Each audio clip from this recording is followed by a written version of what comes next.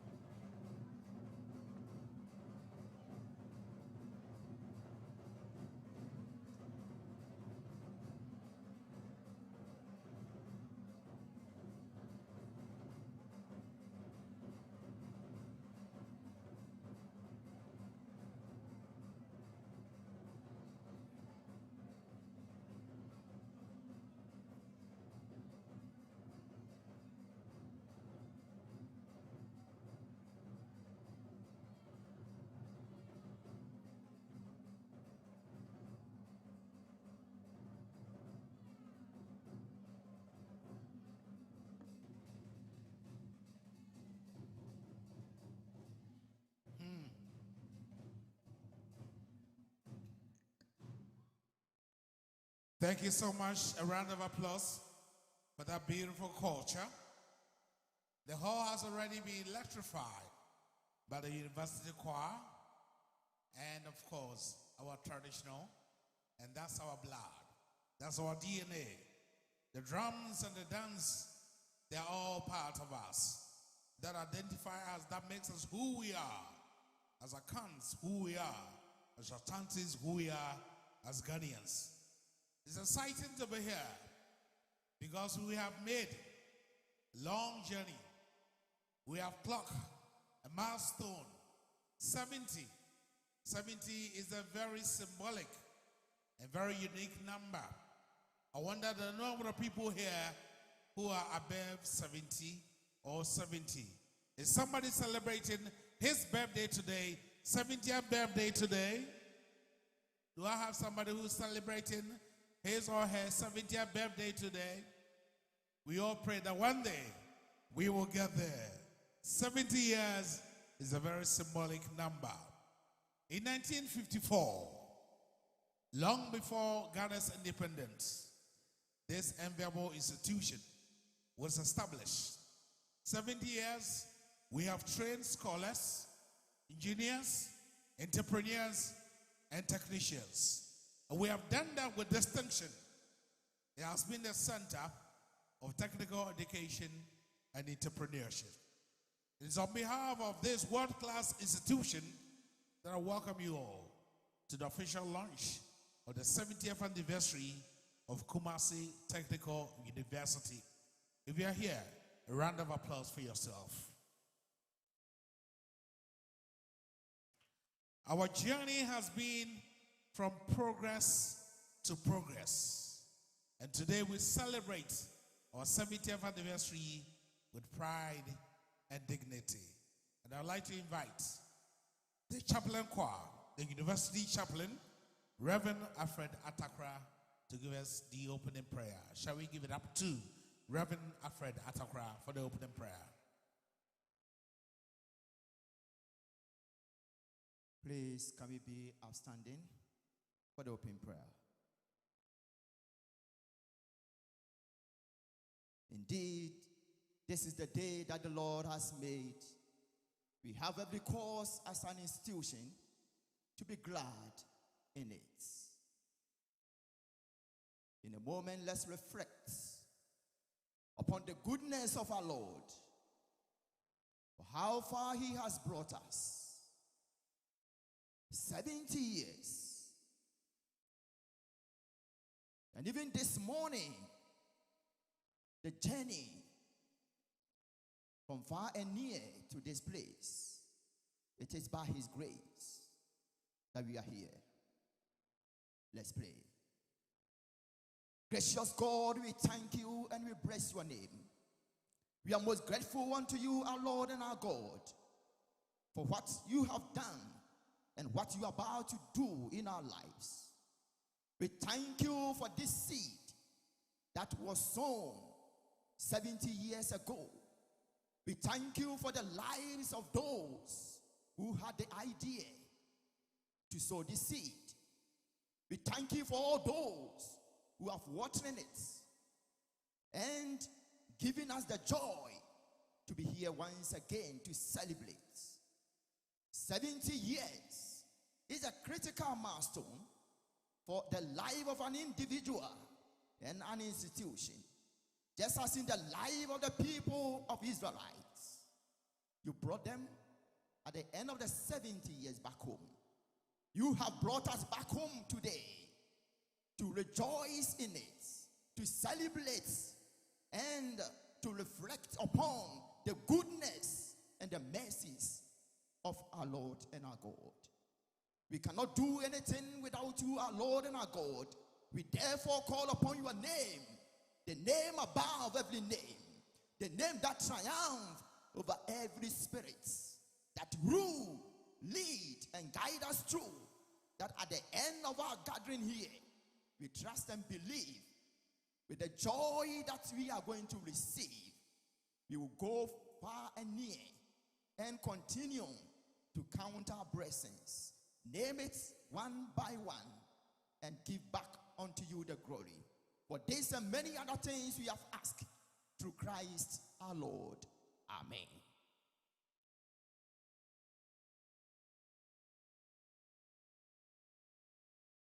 Thank you so much, Reverend Alfred Atakra. We thank you so much for that powerful invocation of blessings from the Lord Almighty.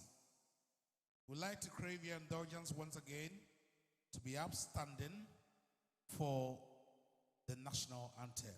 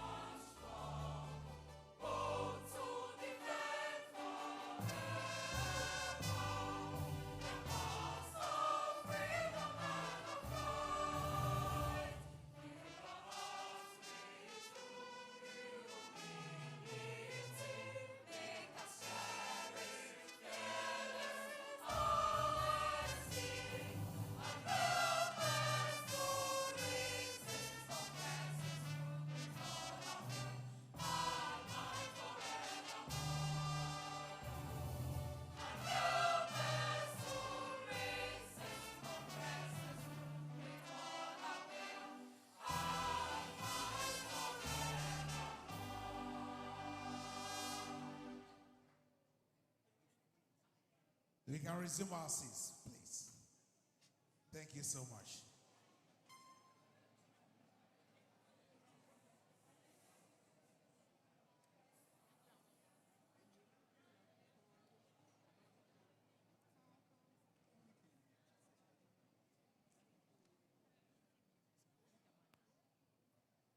Distinguished ladies and gentlemen, the choir will be here, looking elegant. A round of applause for our choir.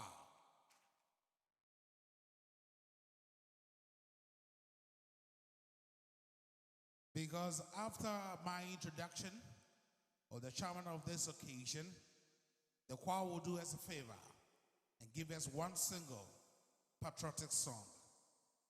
Indeed, it is an honor and a privilege to introduce to you the man whose remarkable career and unwavering dedication have made a significant impact on both the educational and socio-political landscape of our nation.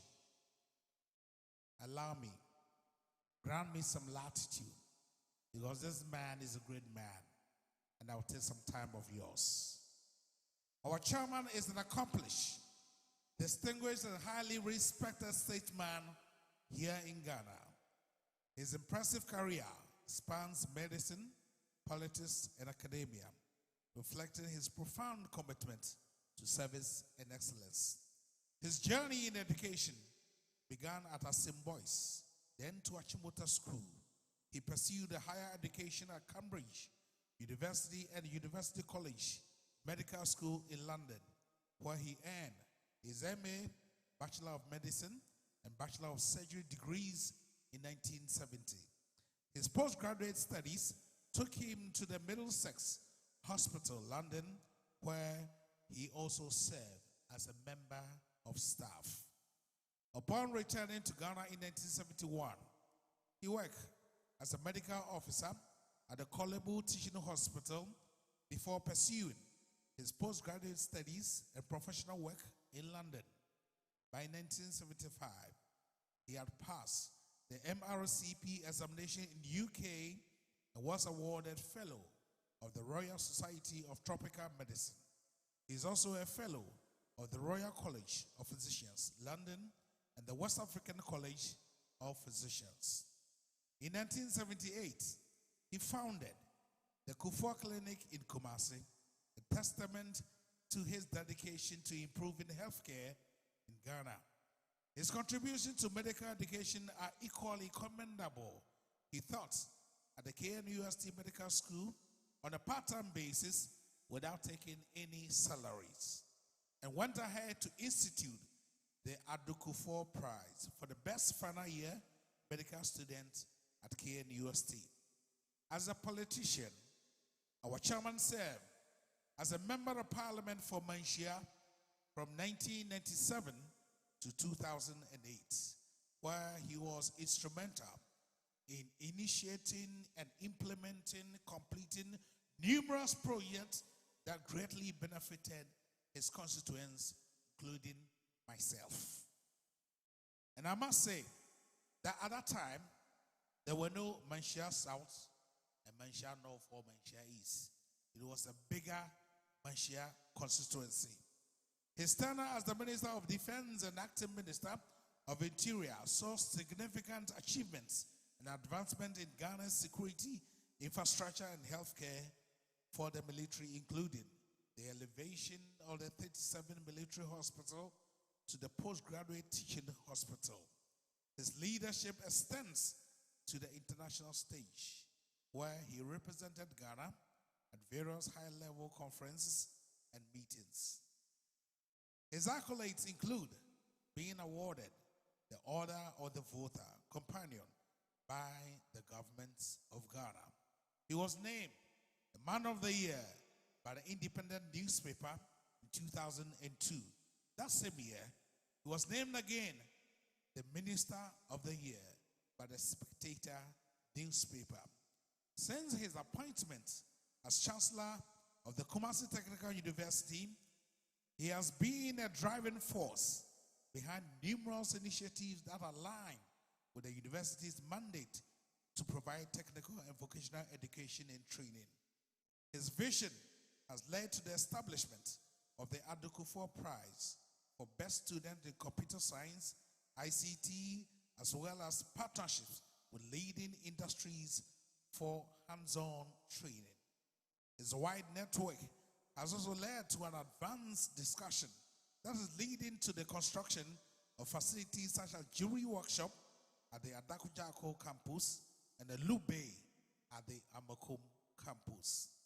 His influence and dedication have transformed KSTU into a beacon of learning, innovation, and transformation. His efforts have not only elevated the university's standing, but have also had a profound impact on Ghana's education landscape. Distinguished ladies and gentlemen, join me in welcoming a true visionary leader, our chairman, the Chancellor of Kumasi Technical University, Dr. Kwame Kufuor.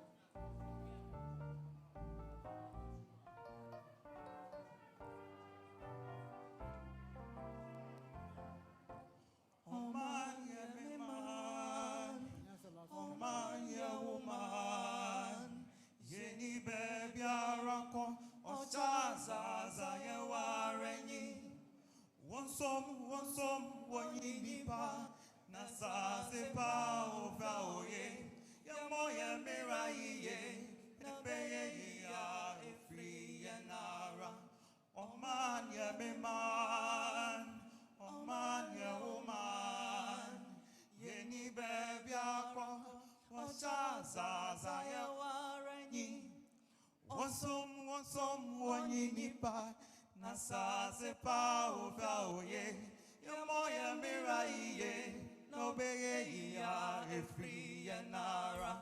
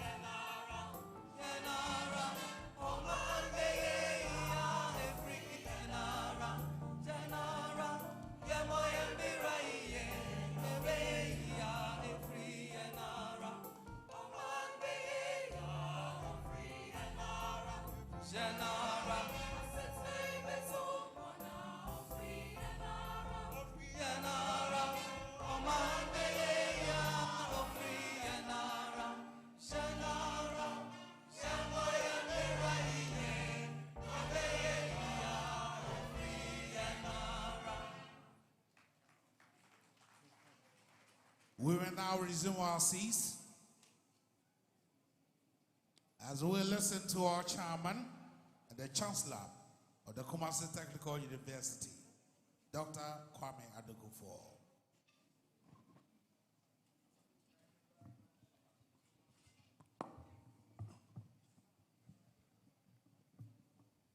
Thank you very much, the University Choir.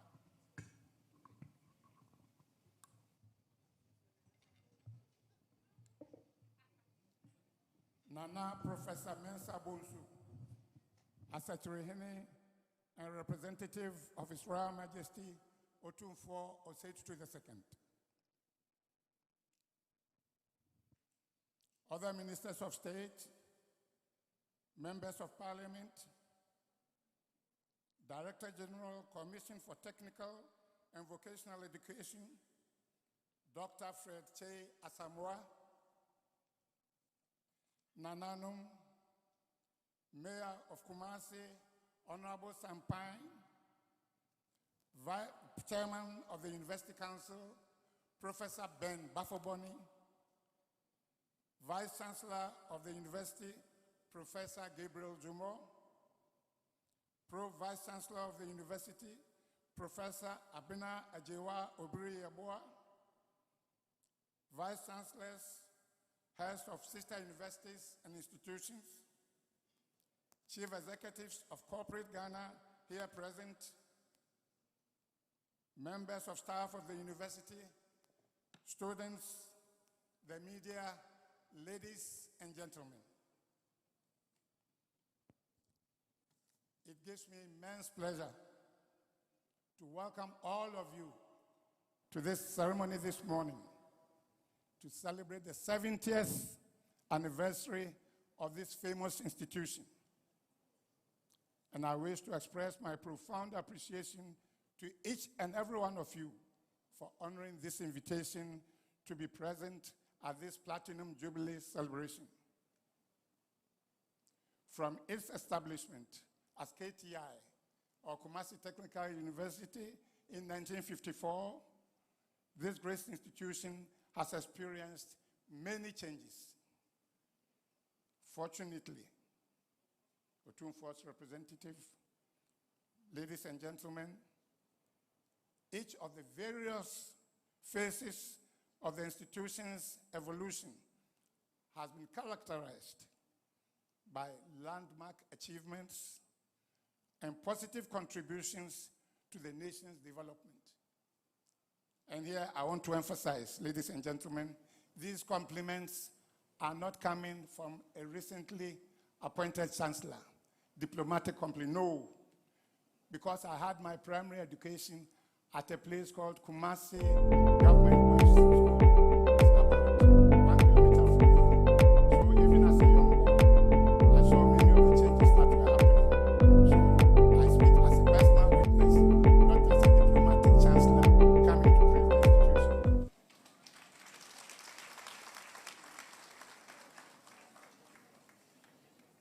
From its inception as KTI to its current status as Kumasi Technical University, this institution has been associated with quality technical capacity building and the delivery of valuable, innovative solutions.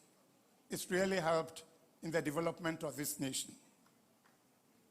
And ladies and gentlemen, I'm convinced that in the years ahead, this university will continue to assist Ghana, the beloved country, to achieve its ambition of becoming a fully developed nation with advanced technology and industrial programs. This will be the aim of this university, to help Ghana to become fully developed with advanced technology and industrial programs. Otumfuo's representative, ladies and gentlemen, speaking about pedigree, please permit me to call out and commend the professors, lecturers, and other staff of KTI and Kumasi Technical University,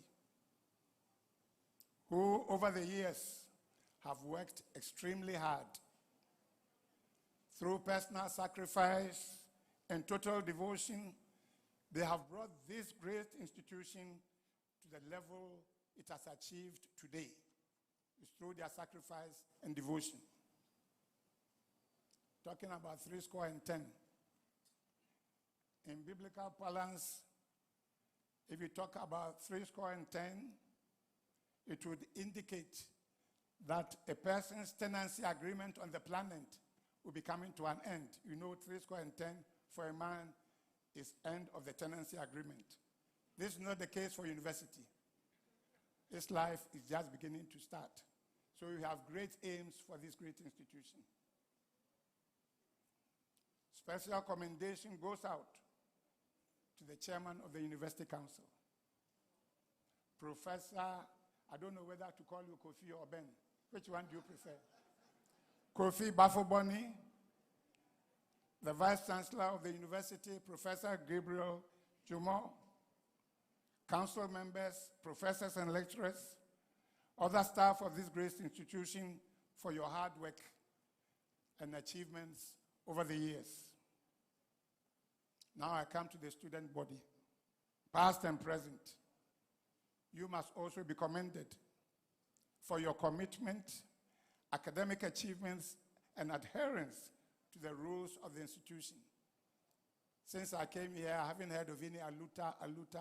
No, the students are very serious, so you must be commended. Again, talking to the students, as future leaders of this great nation,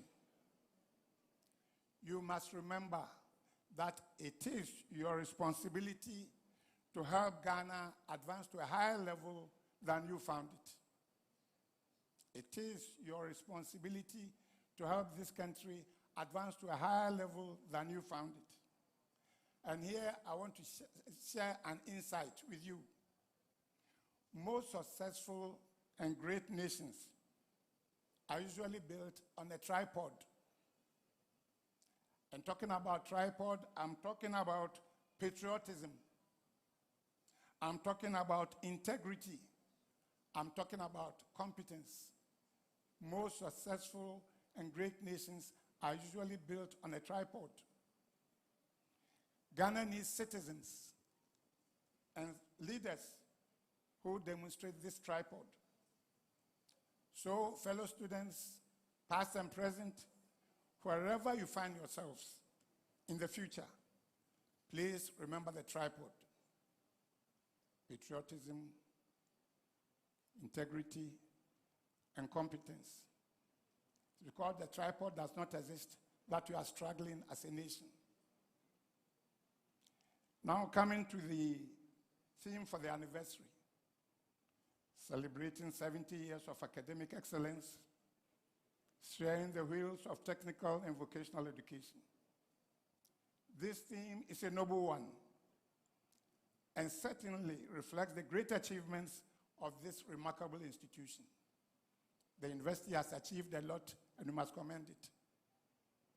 But it is also important for us to remember that the world is at a different stage of its evolution. Formerly, when somebody went to university, there's something called book long. You pass all the examinations, he comes into the world, and he achieves nothing. That stage is past. We are all witnessing the fourth industrial revolution, where rapid technological advancement is the order of the day. Therefore, Kumasi Technical University has a huge challenge, which is to train, prepare, and equip students to compete in the fast-evolving future, the world of work. It's a huge challenge. Students should not come, chew, pour, and pass, and get degrees and go. No, there's a huge challenge ahead of us as students, as people, and as a nation. The world is challenging, and we must be prepared to face it.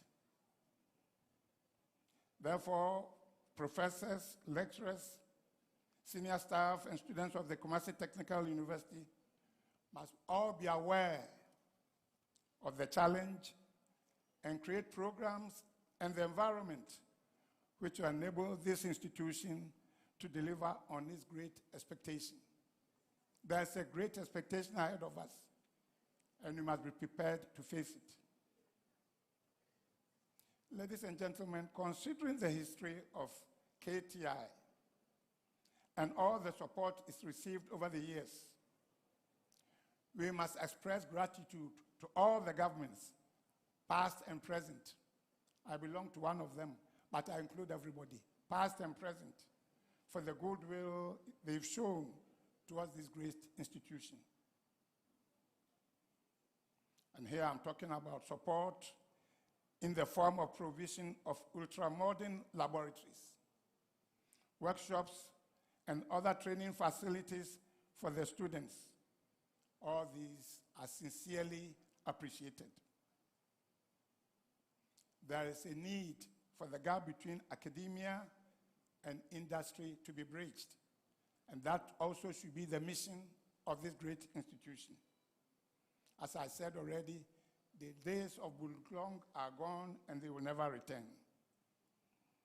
It is the hope of many here, therefore, that in the coming years, Kumasi Technical University will continue to forge close collaboration with industry to ensure that this institution stands tall, stands out, to be recognized as a pillar for the development of this great nation.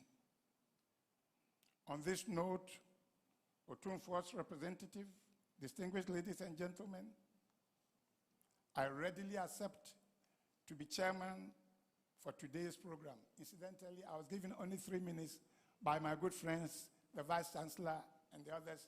I shouldn't speak more than 3 minutes. I hope I haven't exceeded that. Therefore, on behalf of the leadership and students, I welcome you all to the 70th anniversary celebration of Kumasi Technical University. Thank you for your attention, and may God bless us all.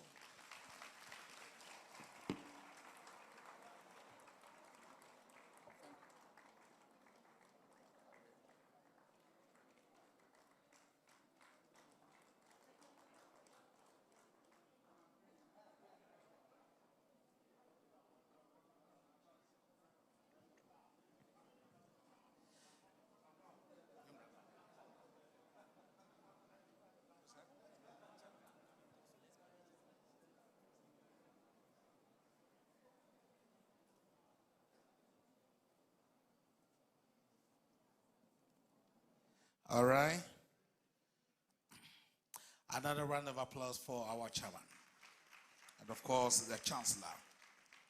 Now, to the students leaving us three keywords: patriotism, integrity, and competence.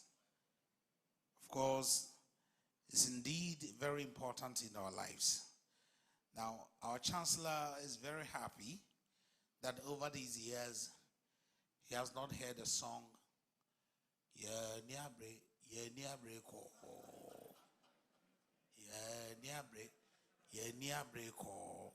and sometimes when you approach them, now what are you doing? Stop that.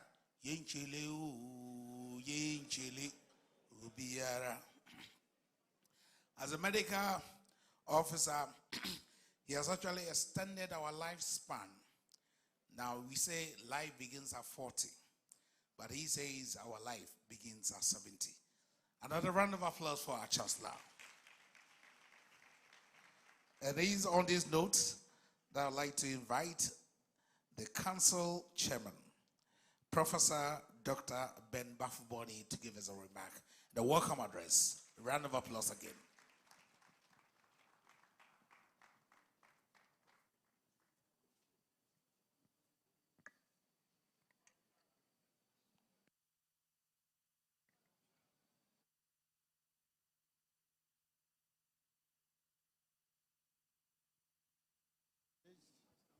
The Chancellor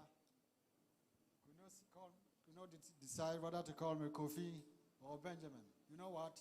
You are both Ashtown boys.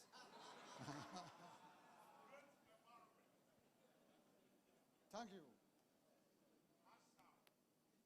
Nana Professor Mensa Bonsu, representing His Royal Majesty Osei Tutu II, Asante Hene. Nananum, other members of the state here present, members of the University Council, Director General, Ghana Tertiary Education Commission, Professor Ahmed Abdullahi Jinapo, Director General of TVET, Dr. Feche Asamoah, members of Parliament, representatives of Ashanti Regional Minister, Mayor of Kumasi, Honorable Sampine, Chief Executives of Corporate Ghana here present, the Chancellor of KSTU, Honorable Dr. Kwame Adekufo, Vice Chancellor of KSTU, Professor Jumo, and Pro-Vice Chancellor, Engineer Professor Abna Ajimai Obiri Yabua, the longest name of the campus. Vice Chancellors and heads of sister universities and institutions, members of staff of the university, students, the media, ladies and gentlemen, good morning. Today, we gather here with pride and excitement to launch a year-long celebration of the 70th anniversary of Kumasi Technical University. It is my singular honor and privilege to extend a warm and a hearty welcome to every one of you and as we embark on the year-long celebration of our remarkable journey. Let me first of all extend special greetings to all here, past and present, who have extraordinarily contributed to the growth and success of our esteemed institution. We gather here today under the theme, 70 years of academic excellence, steering the wheels of technical and vocational education. It is a theme that optimizes our journey as an institution, a journey that began in 1954, where our beloved institute was known as Kumasi Technical Institute, popularly known KTI. From our modest beginning offering craft courses, the institution has grown into preeminent Kumasi Technical University, a citadel of technical and vocational education of today. Over the past 7 decades, we have witnessed memorable experiences, remarkable achievements, and numerous challenges. Our journey has been marked by significant accomplishments, interspersed with trials, which often tested our resilience and commitment as an academic institution. However, in the midst of all these challenges, we have remained steadfast in our ambition to become world-class, research-oriented, and technically focused university. As we celebrate our Platinum Jubilee, it is appropriate to reflect on the hallmarks of world-class universities that inform our aspirations. These institutions are distinguished by their unwavering commitment to excellence, innovation, and societal impact. As we chart a new path for the future, we must carefully consider these attributes as we strive to attain our vision of becoming a global recognized university of excellence, and that contributes to uplift the nation's economic development. Distinguished representatives of Otumfuo, Nananum, ladies and gentlemen, while we celebrate our rich history and numerous achievements, we are not resting on our oars. Kumasi Technical University stands as one of the finest technical universities in Ghana and the African continent. And we are committed to advancing the status. The 70th anniversary is not just for reflection, but also time to challenge ourselves and embrace new ways of teaching, researching, and offering community service. The University Council is committed to guiding Kumasi Technical University towards its rightful place as one of the most renowned, respected universities in Ghana and beyond. As we celebrate 70 years of positive impact, we trust that we can count on the support and cooperation of our internal and external stakeholders, like all of us gathered here. Together, let us work towards a successful and impactful celebration that honors our past, celebrates our present, and inspires our future. Otumfuo's representative, on behalf of the Council and on my own behalf, I thank all of your continued support and dedication to the cause of Kumasi Technical University. Together, we say to ourselves, happy 10th anniversary. May the good Lord bless us all and bless Ghana, our motherland. Thank you.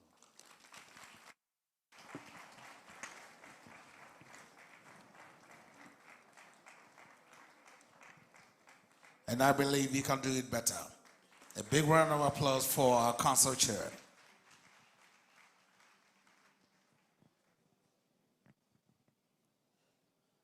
Thank you so much, Professor Dr. Ben Bafu Boni. Now, our team, our media team, has encapsulated into a short documentary the journey so far, 70 years at a glance. So we like to watch a documentary that has been put together by our media team. Enjoy.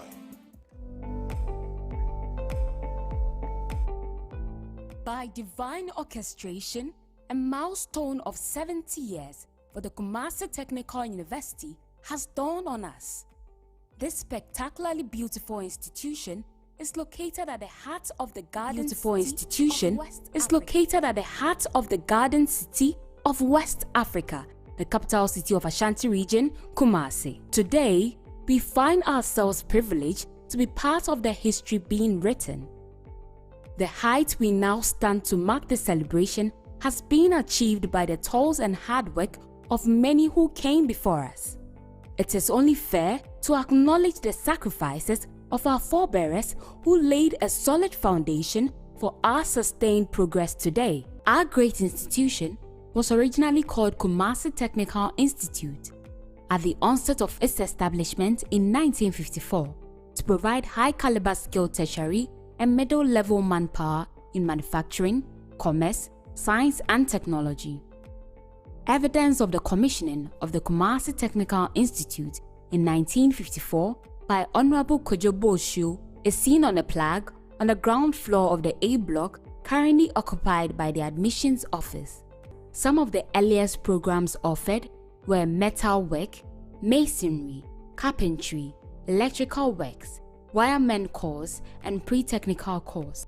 On October 13, 1963, the institute was converted to a non-tertiary polytechnic status under the Ghana Education Service. In 1992, the Polytechnic Law, PNDCL 321, elevated the polytechnic to a tertiary institution to provide high-caliber skilled manpower in the areas of manufacturing, commerce, science and technology.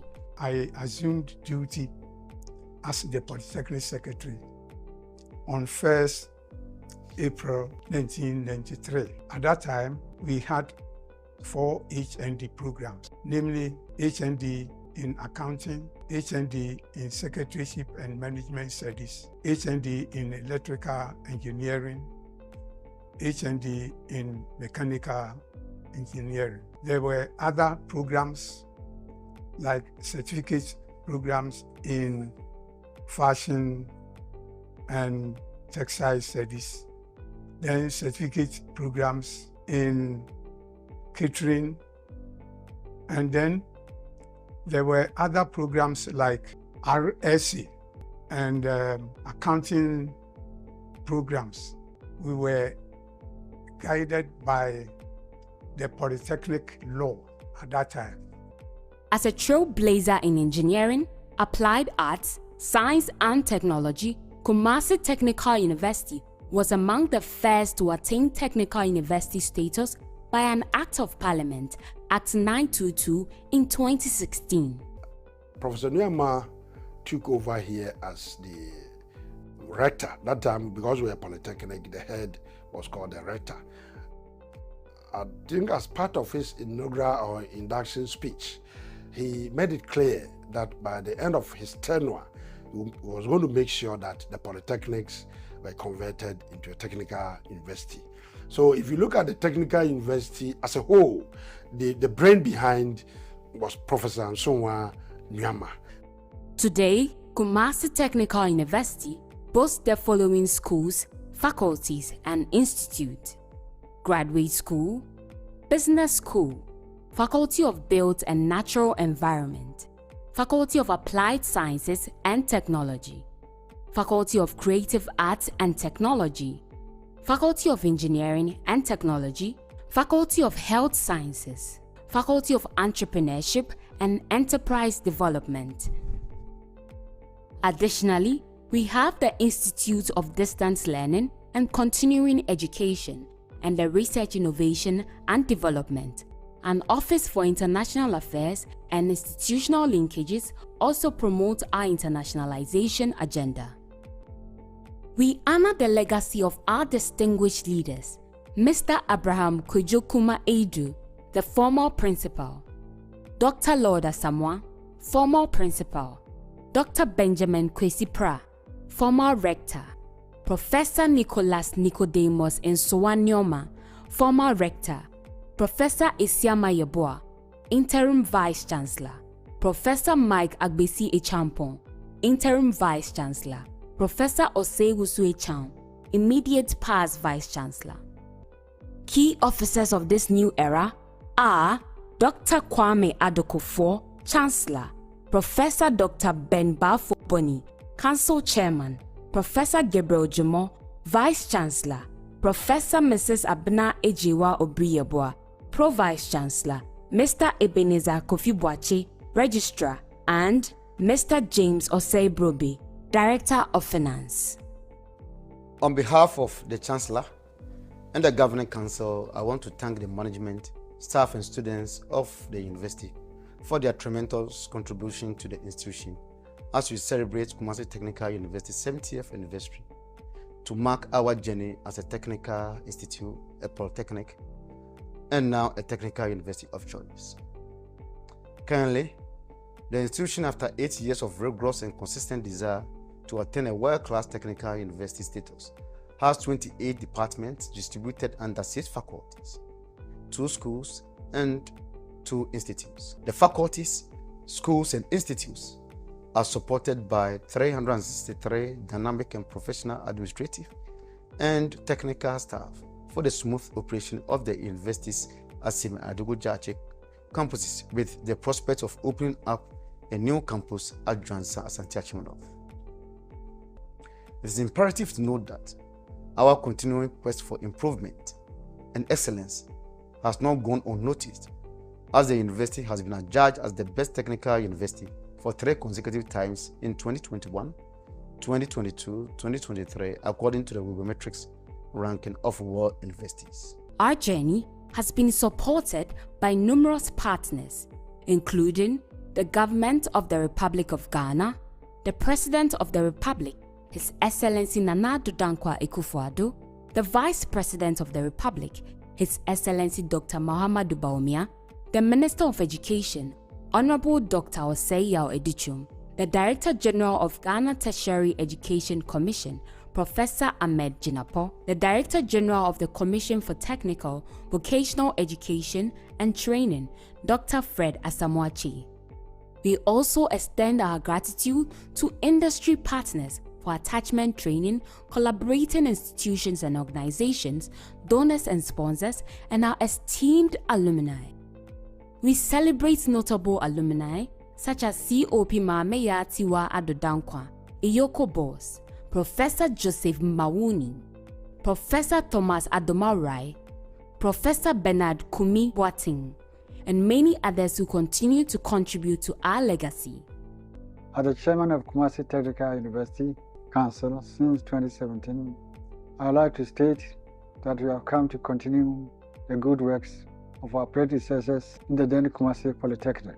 On behalf of the Chancellor of the University, Dr. Kwame Adokofor, the Governing Council, management, staff, and students, I congratulate all stakeholders for your significant contribution in the metamorphosis from Kumasi Technical Institute in 1954 through to Kumasi Polytechnic in 1963, to now Kumasi Technical University, a highly respected world-class institution.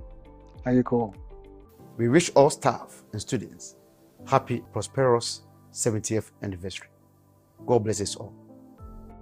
Long live Kumasi Technical University. Happy 70th anniversary. Nimdie Shreng. A big one, a so big one to our media team. We thank you so much for putting that together. We move on, and I've seen my friend here, Honorable Sampai.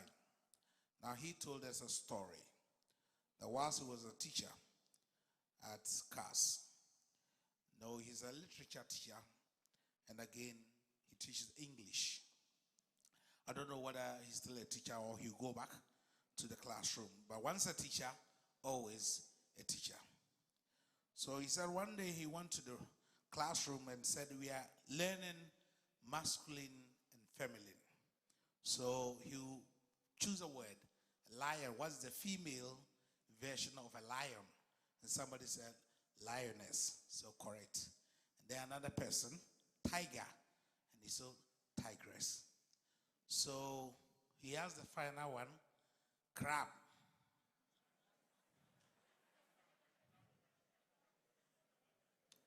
Crab. There was a guy, no, there's a big boys at the back. So he just raised the hands and said, teacher, ya abref ya koto. Ya abref ya koto. Ono kwa yenet ya, you know, a female version of a crab. Nanache would like to invite some of the great names that you saw on the screen. A distinguished alumnus, Professor Bernard Kumi Boatin, to give us a message from the Alumni Association. A round of applause for the alumnus.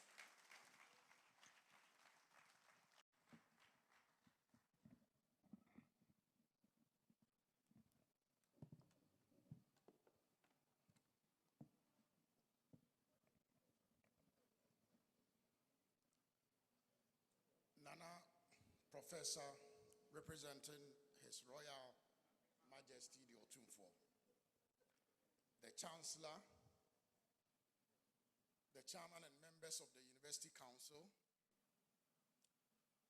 the Vice Chancellor and Vice Chancellors of sister universities, the Pro-Vice Chancellor and Pro-Vice Chancellor of sister universities, the Registrar and Registrars of sister universities, the Finance Director and the Finance Directors of sister universities, invited guests, Nananum, members of convocation in locus parentis, junior members in statu populari, ladies and gentlemen. Just as the Chancellor and the the Council Chairman said they are from Ashtown, but Ashtown's senior brother is Bantama.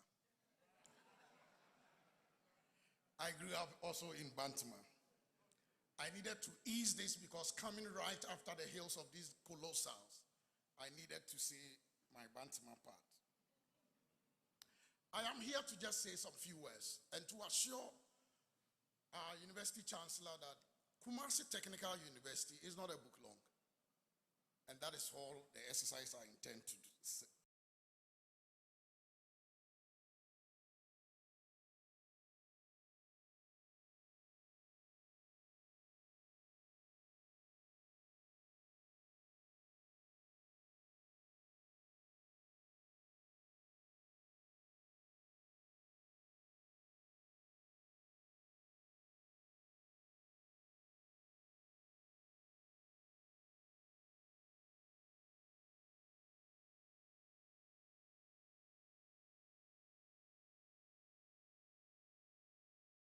Provided a solid foundation in technical and practical knowledge. As an HND statistics student, we were immersed in rigorous coursework. Our lecturers challenged us to think critically, solve real-world problems, and apply theory to practice. The workshops and the industry partnership enrich our learning journey. My favorite lecturer at the time, and coincidentally, happens to be the registrar of this university now, Mr. Ebenezer Kofi Boakye. Mr. Kofi Boakye taught us economic statistics. Today, I am very proud of him, and sir, you are partly the reason I am here. On the issue of character development, beyond academics, Kumasi Technical University emphasized character development. We learned integrity, teamwork, and discipline. The honor code was more than just words. And permit me to share a memory I will never forget. And I want to believe that it still persists. Examinations were strict. It is still strict. I can hear the students say that. This is a true experience. We're going to have a paper. Permit me to still use his nickname, Ghana for Mr. Pearl. We're going to write his paper under that block in the middle. At the entrance, as soon as my colleague saw the invigilator, he chewed his pre-prepared paper and swallowed it. That is the kind of training that we were given. The friendship that we forged during this period. I remember we were buying food from Adwaboti.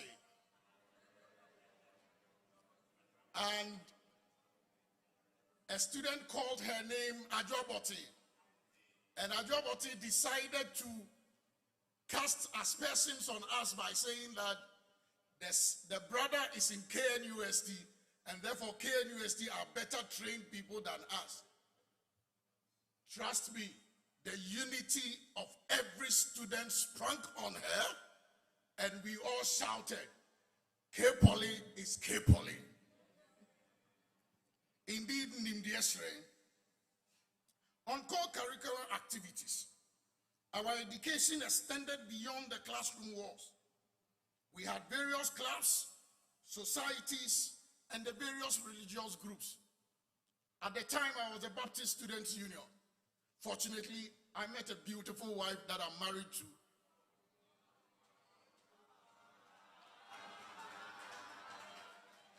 She was also a student here, estate management.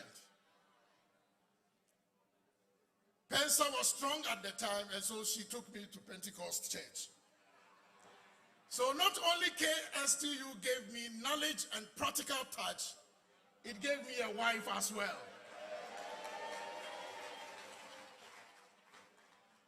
On industry experience, Kumasi Technical University had strong ties with industry.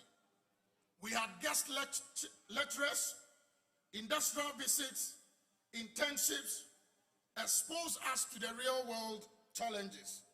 We learned from the best. In fact, we had some lecturers who were from industry. I remember Ebo Duncan, who handled official statistics. On community engagement, the university instilled in us a sense of responsibility toward our community. Outreach programs and environmental initiatives taught us that education should benefit society. Until today, these inscriptions are part of our hearts, and every student, when you see us on our platforms, we are disciplined and we are not book long.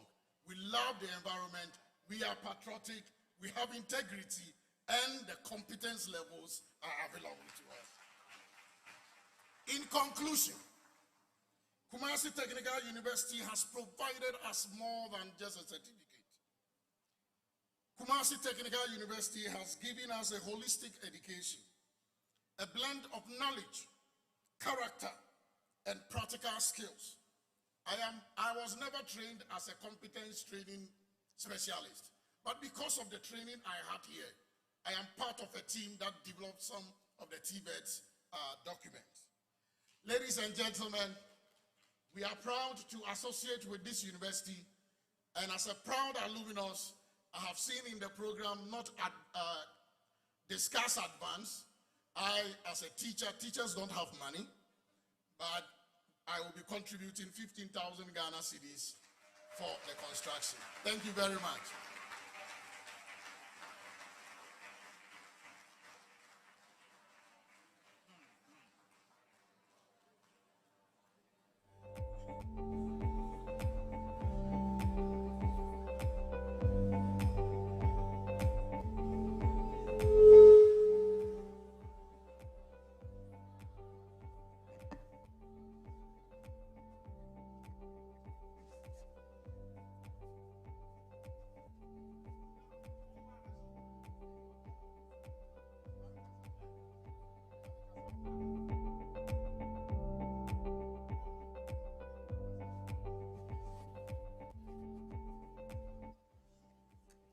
All right.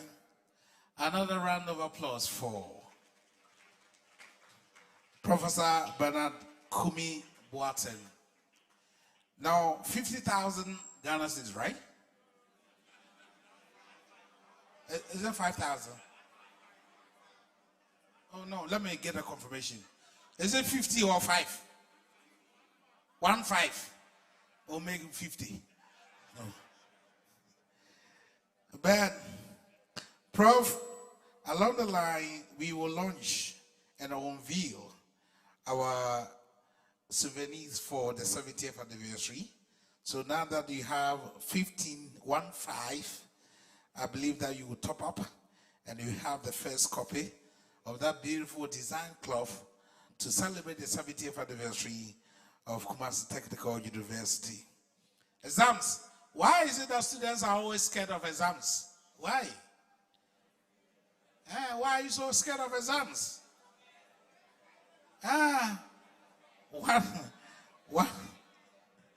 One of our students, exams time with Johnson said, now what they are doing that grammar.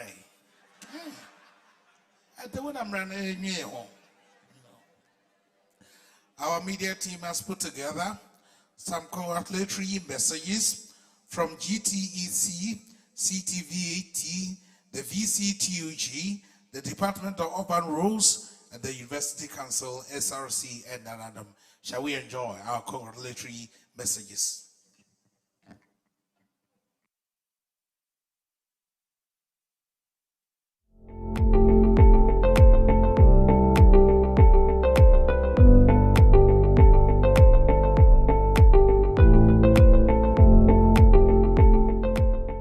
As the Director General of the Ghana Tertiary Education Commission, GTEC, I am proud to witness and support the incredible progress and achievements made by Kumasi Technical University.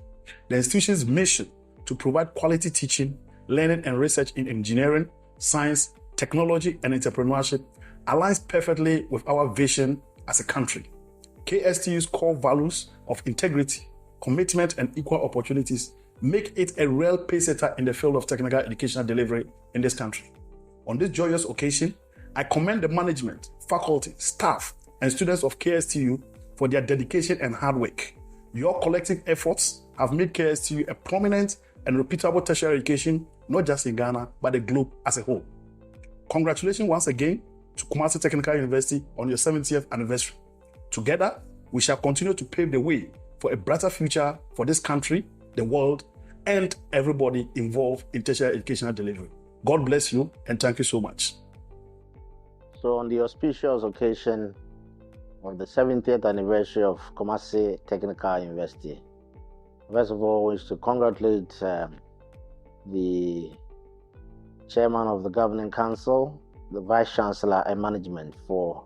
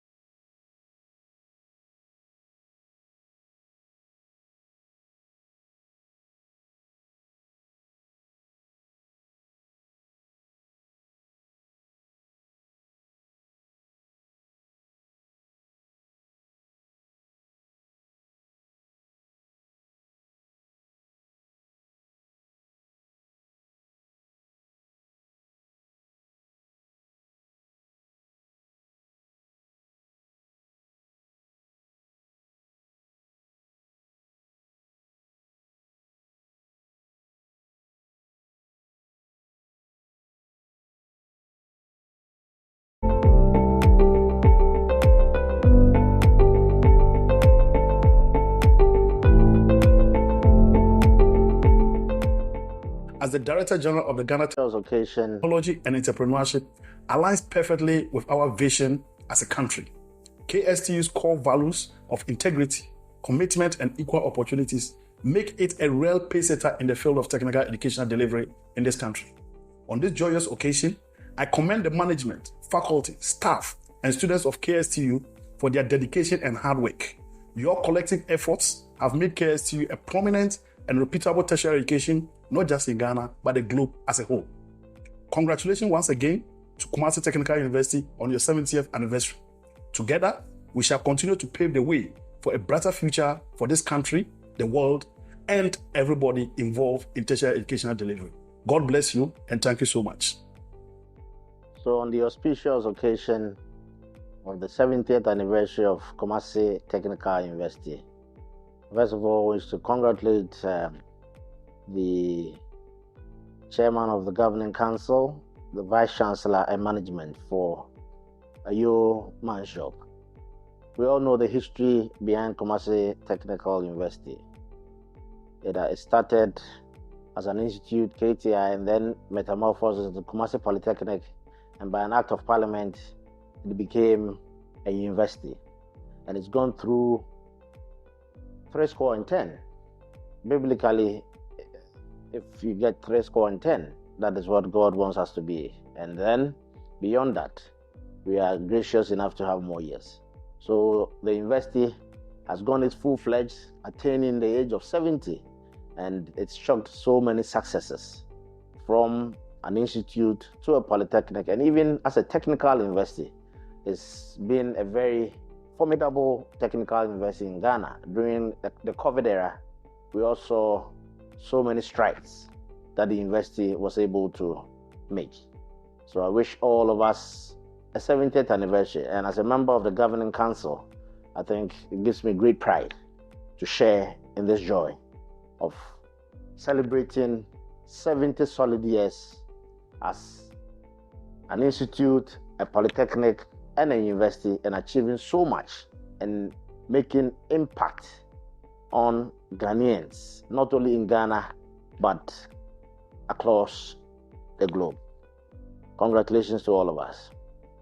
On this occasion of your 70th anniversary, as a former council member of this university, I extend my warmest congratulations to the entire Kumasi Technical University community.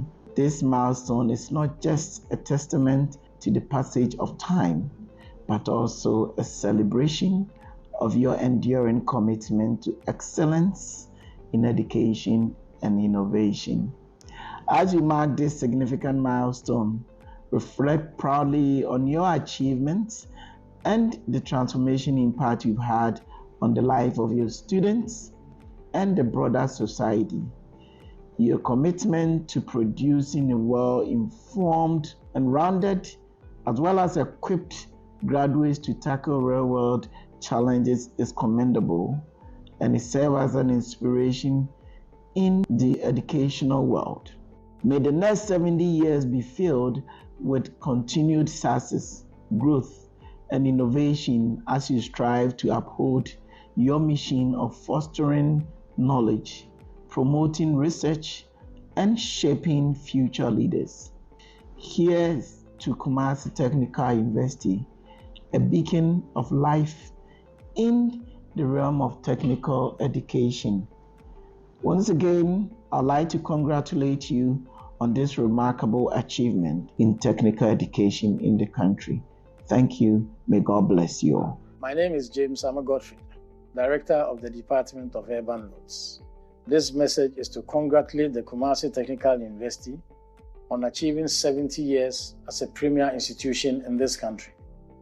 This significant milestone is a testament to Kumasi Technical University's unwavering commitment to excellence in education, research, and innovation, and also relevance in our society.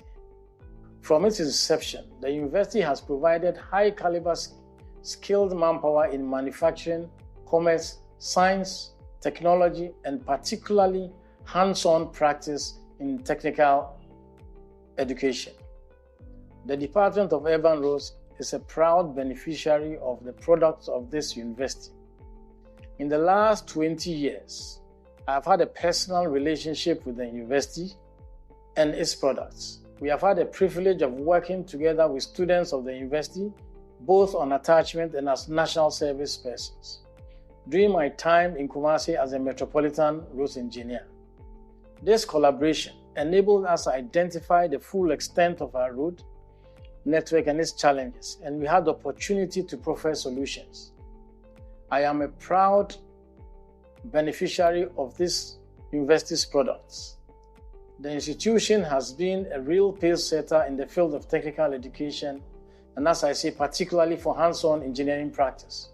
On this occasion, I commend the management and students of the university for their dedication and hard work. Your collective efforts have made Kumasi Technical University a prominent and reputable institution, not just in Ghana, but in West Africa. Congratulations once again, and I wish you great success in your celebrations. On behalf of the Vice Chancellors of Technical Universities in Ghana, I extend my heartfelt congratulations to Kumasi Technical University on the auspicious occasion of your 70th anniversary. 70 years of dedicated service to technical education is a remarkable milestone.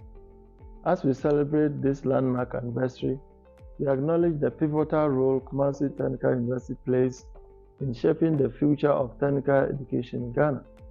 The achievements and advancements made over the past 7 decades are a testament to the hard work, dedication, and vision of your faculty, staff, students, and alumni. Technical universities have consistently demonstrated excellence in providing quality education, fostering innovation, and contributing significantly to the development of skilled professionals who drive the growth and progress of our nation. May this 70th anniversary be a moment of reflection on past achievements, a celebration of current successes, and a springboard for future endeavors. We look forward to many more years of fruitful collaboration and shared accomplishments. Congratulations once again, and best wishes for continued success in all your future endeavors. Warm regards. Hello, I bring you greetings from the Office of the SLC President. As Students Representative Council, we would like to congratulate the university community on this momentous achievement of celebrating 70 years of excellence in education and service. As Students Representative Council, we are proud to be part of an institution that has consistently upheld a tradition of academic excellence, innovation, and inclusivity. Over the past 7 decades, our university has been a beacon of knowledge and a catalyst for positive change in society. Kumasi Technical University, as it is clear and evident, has produced energetic, vibrant, young men and women who are well equipped in knowledge and skills for the job market. I would like to commend KSTU for contributing massively in the development of our beloved country by producing people with skills and knowledge as far as CTVET is concerned. We look forward to many more years of success and achievement. Happy 70th anniversary to Kumasi Technical University. Long live Kumasi Technical University. Long live Kumasi Technical University SLC. Long live Ghana. Thank you. Yefreme Nana Tutuwa Safwa Adakojache Bahema Mima Kumasi Technical University. Happy 70th anniversary. Efi bra saa suapon yi hyase no. Wo mo tete nipa bebre. Enintini ni etitire omodi dwumadi sonkon de aboa asanteman ene Ghana man mebi aso wiase afa na nyina. Ti saa bre a omodi omo 70th anniversary. Kakra meka ne se mijina adakoje ache hini. Ene ne manfo anam ema sukuu nu etiri nkwa. Misre Nyankopon se dwumadi bia a omde egu akwan mu omudi. Nyame nton supanguso jojojo. Kumasi Technical University. Aiko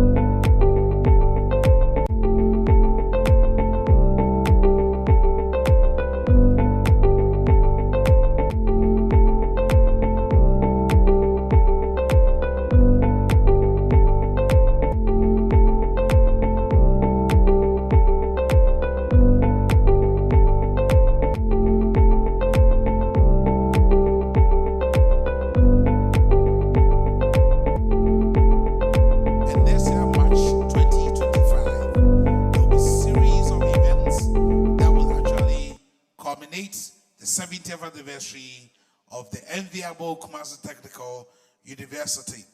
And at this point, I would like to invite Engineer Professor Mrs. Abena Ajiwa Obri-Yeboah to give us the activities that has been lined up for the 70th anniversary. Let's put our hands together for elegant, adorable, beautiful Engineer Professor Mrs. Abena Ajiwa Obri-Yeboah, the Pro Vice Chancellor of the Kumasi Technical University.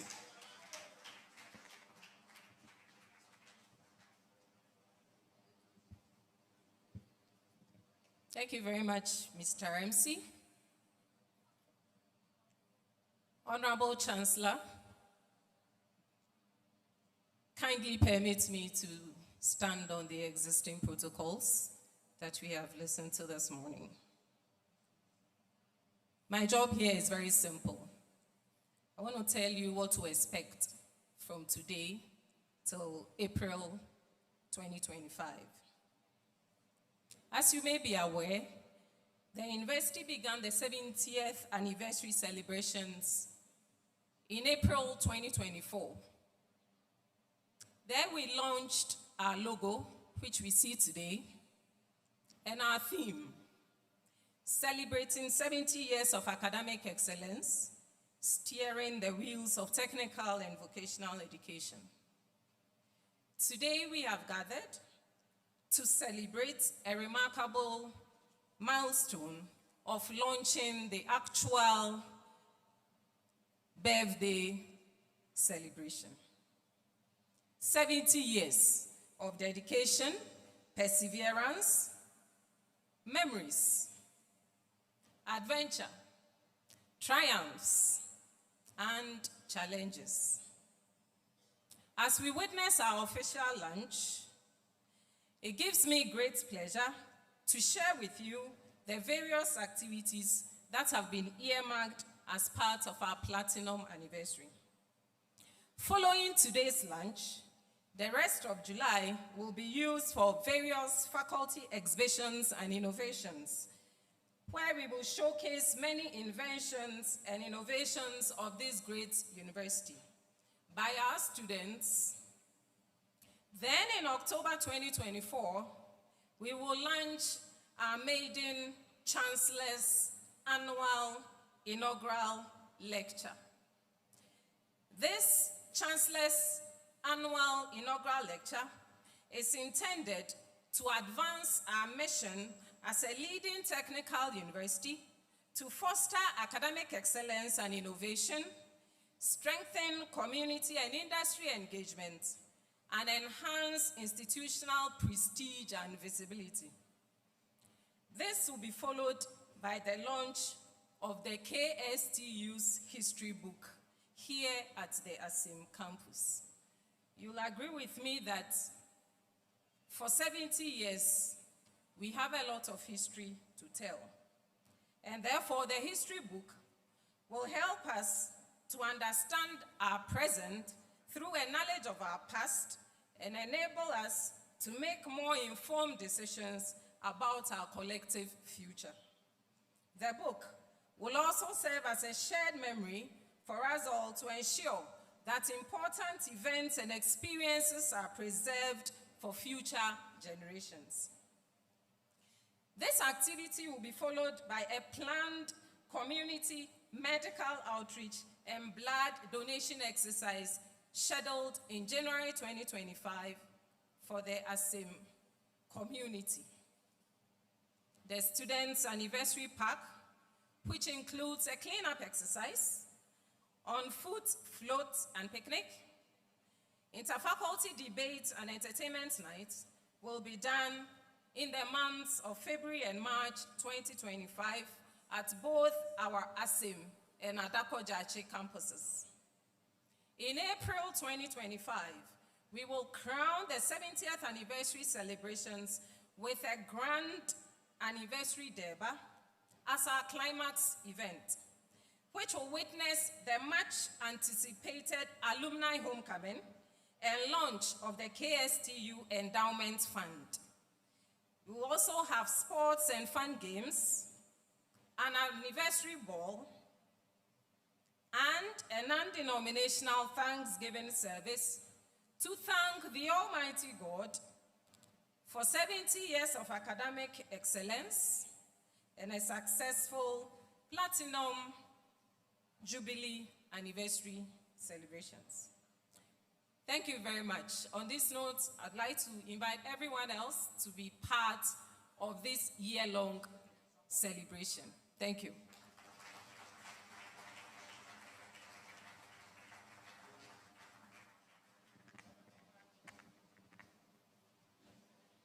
Thank you very much. Engineer Professor Mrs. Abana Ajewa Obri Yeboah, the Pro-Vice Chancellor of the enviable Kumasi Technical University. Now, our music and dance is more about communication. You just don't dance. You just don't issue gestures. Every gesture communicates. And once again, we invite the Amamerso Agrofoma to give us another display of who we are as Ghanaians, who we are as Akans, who we are as Ashantis.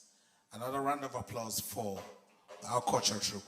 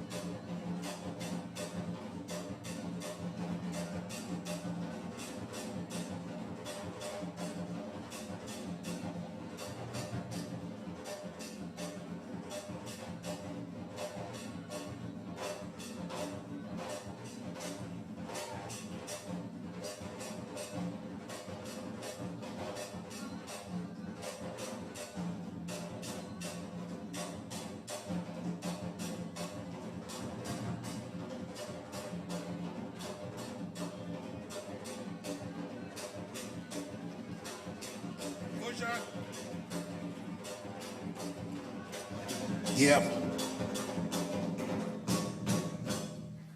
Wedding in Love. That was a beautiful love dance.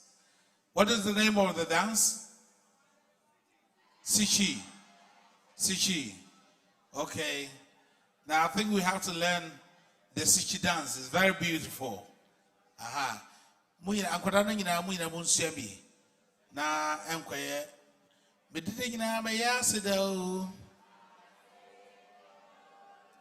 Na ne nyame. Niamupani. Okay. Now I've seen so many familiar faces, but to do us the honor is the registrar of the university, Mr. Ebenezer Kofi Ibuachi. I would like to invite him so that he can introduce some of the dignitaries among us. We are all special people, but indeed, and that is why the registrar will be here to introduce our dignitaries. A round of applause for Mr. Ebenezer Kofi Ibuachi. Thank you very much.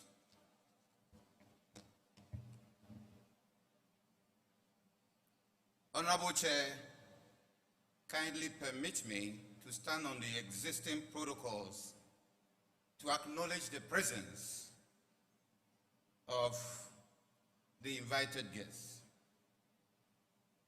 In a camp parlance, se uboja nampenimfo efri emiai bewuwa ehia pa se omo obiye hu se penina smesi enso so ba beta wachibi ye gidi se wo ye ne sa enam penimfo sunsumu omo de beta wachi no ebeka biaye ya omo baaye no na boawo ama odwumadie akoso.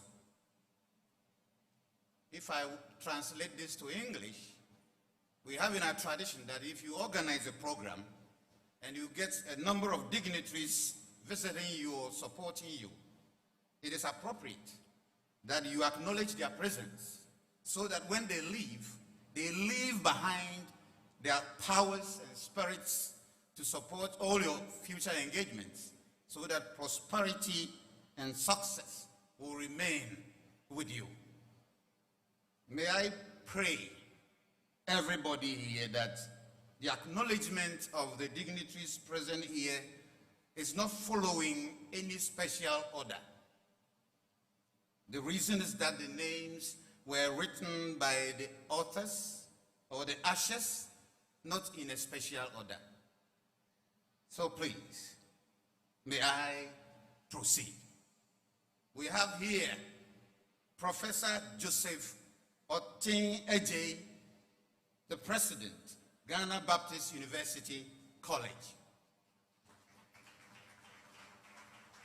Professor Engineer Humphrey Danso, representative of the Vice Chancellor of Akente Apiamenka University of Skills Development. Dr. George Ousudapa, former Interim Vice Chancellor of this university. Engineer Professor Oseusu Acham, the immediate past Vice Chancellor of this university.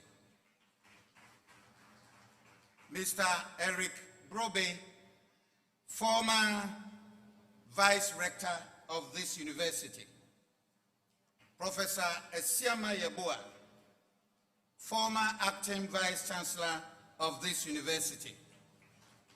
Engineer Professor Mike Agbesi Echampong, former Pro-Vice Chancellor of this university. The very Reverend Kwesi Adeba, a priest at the Methodist Church and the former internal auditor of this university. Professor Abdul Aziz Idrisu, he is the university imam and also the acting dean of the business school of this university. Reverend Alfred Atakra, the university chaplain, Professor Bernard Kumi Boateng, a full professor of geomatic and all the TIC engineering areas in the University of Mines and Energy. He came here and made me so proud. When I was a teaching assistant at his department, I taught them economic statistics, and he has actually made my day.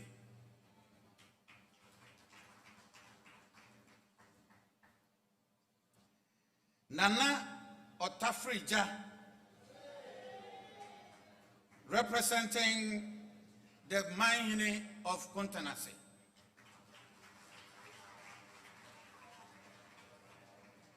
We have Dr. Kwabena Osei Kufuor, the librarian of this university.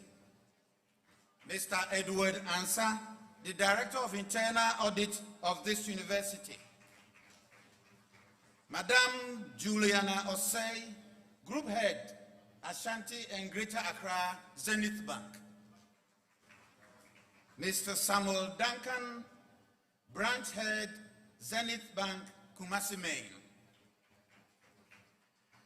Madam Angelina Osei Eyim, acting principal, Unimac.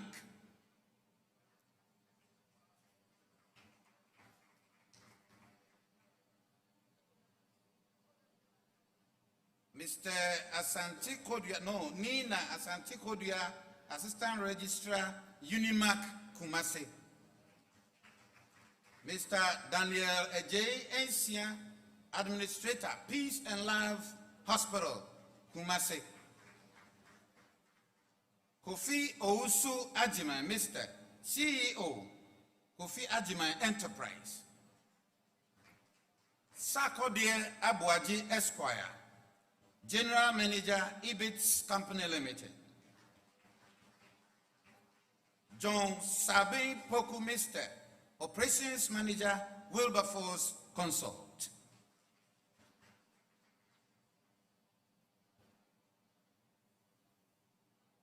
Nana Opoku Ajiman, Asem Chiame.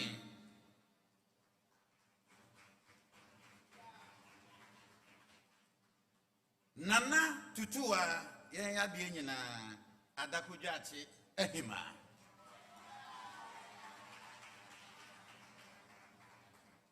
Nana Bosompim the third. Nana Adakujachi. Wanu wami yenya baby atna. Professor John Owusu, the Vice Chancellor, Koforidua Technical University. Mr. Thomas Kwame Boateng, the Deputy Regional Director, Ghana Education Service, Ashanti.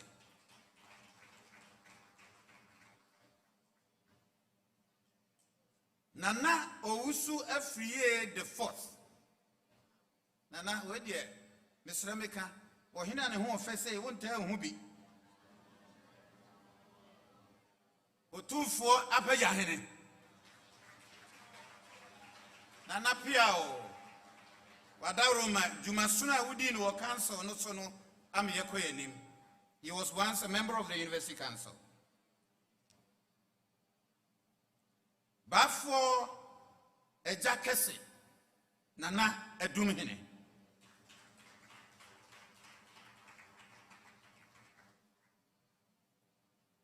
Mrs. Sarah Morrison, Deputy Registrar, Accra Technical University.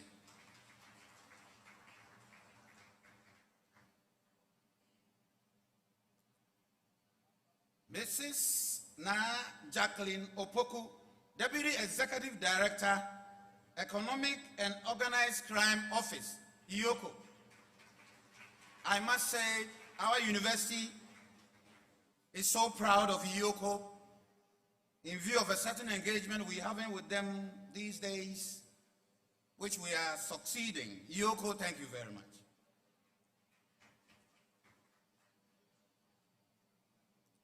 Dr. Alana Krujose, Research Associate, University of York. Professor Peter Ball, University of York, UK. Dr. Ulrich A. Gartner, Research Associate, University of York. University of York is a partner university to Kumasi Technical University, and they are here to deepen our engagements for further research and development of both countries. Nana Akwesi actually the second Asem Kruntihine. Lawyer E. Nyama Poku, Poku Nyama and Associates. Mr. Opare Thomas, representative of DIA, Kesben. Asi Akosia Afra Abuaje, Regional Commander, Ghana Prison Service. I saw two beautiful ladies in prison service uniforms. So beautiful. We are grateful for your presence here. DSP Martha Adubia, representative of the Regional Commander, Ghana Prison Service.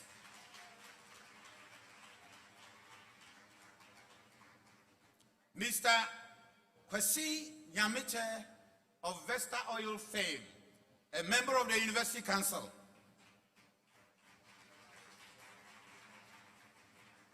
Mr. J.O. Ajay, Counselor of Kwame Nkrumah University of Science and Technology and a former Counselor of Kumasi Technical University. Mr. Ajay, you're welcome. Lawyer Africanus Ousu Ansa and Kunim Chambers Kumasi. I know this lawyer to be a writer of the English language, and he has a very wonderful book on spoken English. Nana Ekuya Efriye from France. She came all the way from France to support us.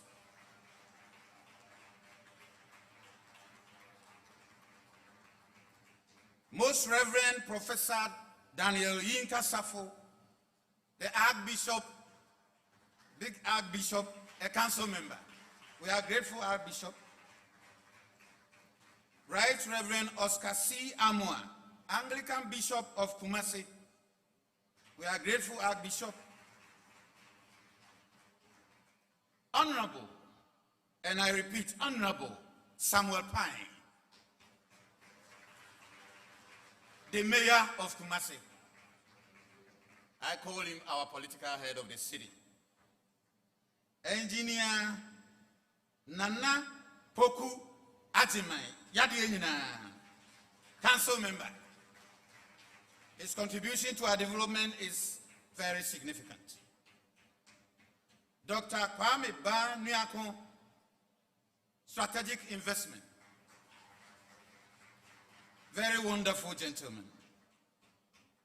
Mr. Isaac Ousu-Ansa, the Deputy Director of Finance of this university and a council member representing convocation, non-teaching. Mr. Kwame Dapa Boache, a staff of the University Internal Audit Directorate and a council member representing the Senior Staff Association. Mr. Samuel Sampia, a council member of this university representing the Junior Staff Association. Mr. Evans Osei Kankam, the SRC President.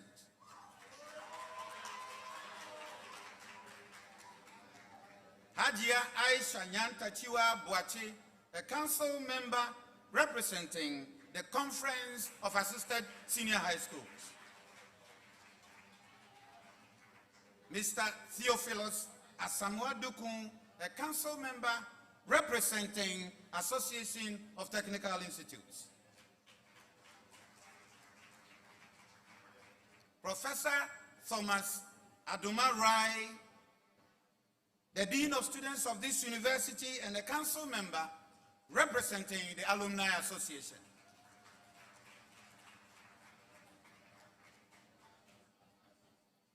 Mr. Bismarck Kwaku Paka, Dr. Bismarck Kwaku Paka, representing the Technical University Teachers Association, Kumasi Technical University, on the council.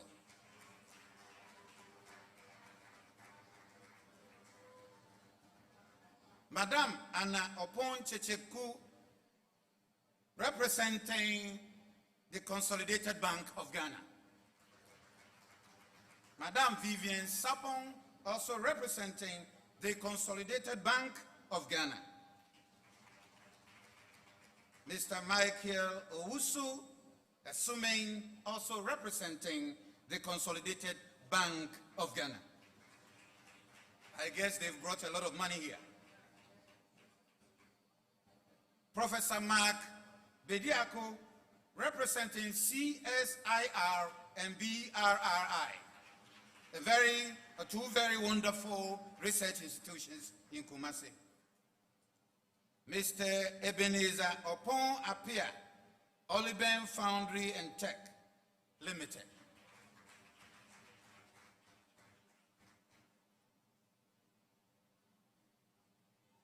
Mr. Gilbert Opoku Mensah, also here. And Nestina Opoku Mensah here. I guess they are a couple. You're welcome.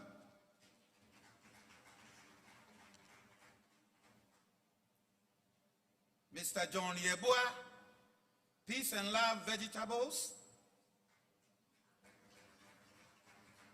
Nana Ama Opoku Achiampong, representing the Immigration Service. Madam Hawa Brahima, Akal Skills and Development Academy, the CEO. Mr. Bernard Enim Boateng, Chartered Institute of Bankers, representative. Mrs. Kate Lai, Afro Inter School of Fashion. Mr. James Yafe, Janfe Ventures. Mr. George A. Amankwa, Springs and Bowls Company Limited.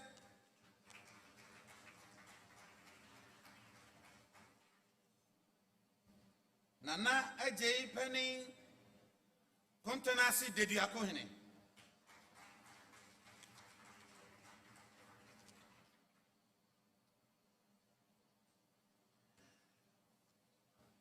Ladies and gentlemen, if I don't mention your name, it doesn't mean we don't acknowledge your presence. Actually, you know our Chancellor. Chancellor, permit me to use your special name, Gold Coast Boy. He is a wonderful gentleman. He gave me a book about himself, his memoirs. I wish everybody gets a copy of that book. It will inspire you to work so hard for Ghana. We have so many other dignitaries here. We acknowledge your presence. If we haven't mentioned your name, please just forgive us. We know you are here. God bless you all.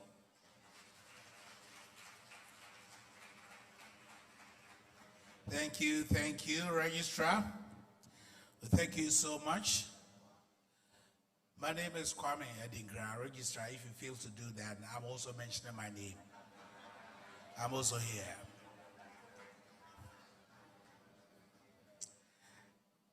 Vice Chancellor,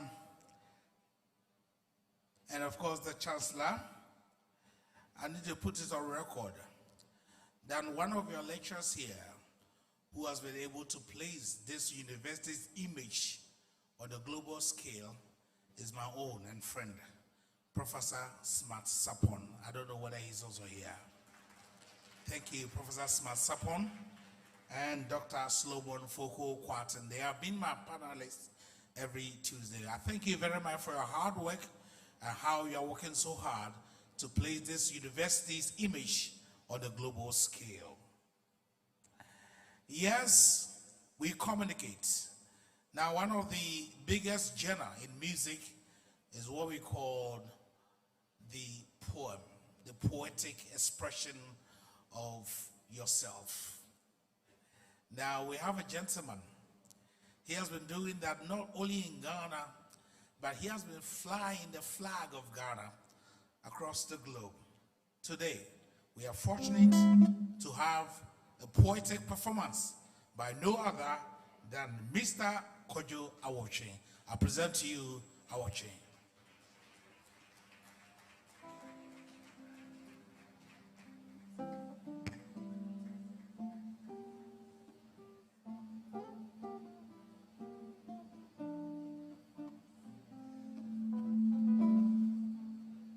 Ago. Oh, I'm off way. Ago. Can I get a smile? Can you do it in a grand style? I greet you, Chancellor. I greet you, Vice Chancellor, Pro Vice Chancellor. I greet you, Nananom. I greet you, Mayor. I greet you, clergy. I greet you, professors, lecturers, standing on all protocols. Ladies and gentlemen, all protocols observed. I greet you. I go. Mechiachiamo. Mary Santini, the Naquine Yetanene. What it means, Mamma means something. To me, Chiachiamo. So me Chiachiamo. Mamon Chiachia Sabochia. Merin some nam. Rea means some yen sembia, a dear dinny, and mini ever bow that dinny. Timamin some no, namin unit. Mamimre, namin dinny. Baby man, some no akasa sectioning. And some will be a dija. So my best sense in some the dorsal. A chain cranny. And pop. But in some nam. And some of the AP. And some no P. These words will make you happy. These words are sweeter than hello happy. Ejako, Ujama Devi. Ojamin Sam. When you say the Jawa, near the Aswao. Timaswa swan, Sansama swaswa, Mammy Triumpa swaswa. Timiko Kaswa. Metesen you may be a Kaswa. Namite so be Kenyan Sassam, Namisian Sassamon Quadia Kojo, with the Madrin Beswa. The infirmi Kojo Baswa.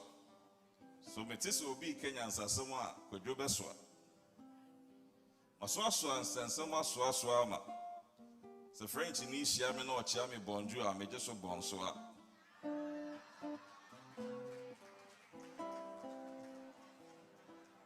But in some nam.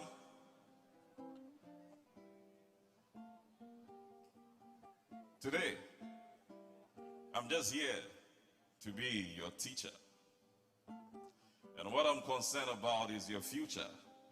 So permit me, you're my student. And this is my classroom. Good morning, class. Oh, my students are good. So in my classroom, I'm not a prophet of doom, but in the midst of the gathering gloom, I come not to speak boom, but love my words for the rather groom. In my class, I don't want Jikodidi, pass. I only want first class. At the end, I'm going to give you a test to attest that you are the best. This is not you poor pass and forget, else you live to regret. The topic for today's discussion is celebrating 70 years anniversary, steering the views of vocational and technical education. Good morning, class. Education, one man in power. Define education as a powerful weapon that brings about change. Nelson Mandela. So knowledge, we say, is power. And I say that education is key because education is the key that unlocks the doors of change. But if knowledge is power and knowledge is stuck in the mind, it becomes stagnant.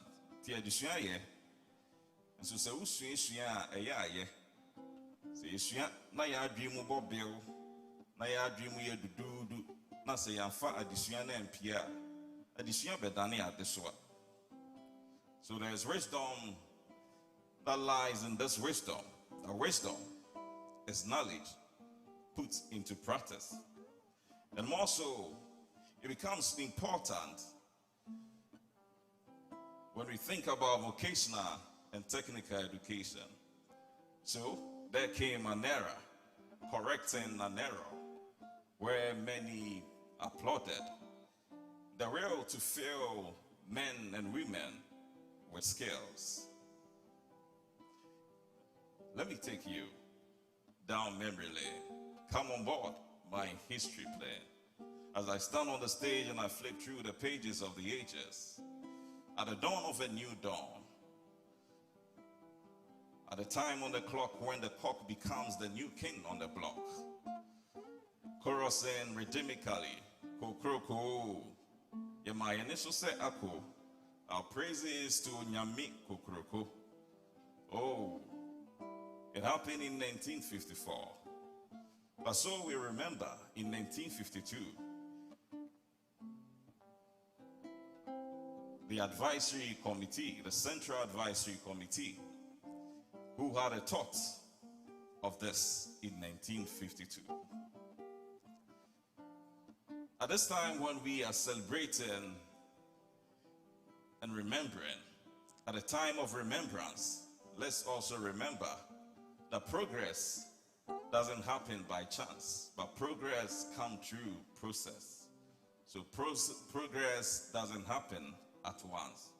And so it happened. It all began in 1952 as a thought.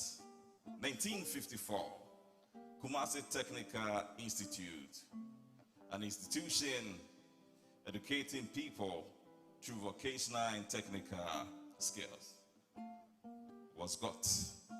And in 1963, non-tertiary polytechnic status got. And in 2007, teaching of programs. And in 2016, a university status got. When we look back the years and recount our blessings, we know that many achievements that we have made. And it's so to remember that Kumasi Technical University on 3rd consecutive times have been the #1 technical university in Ghana.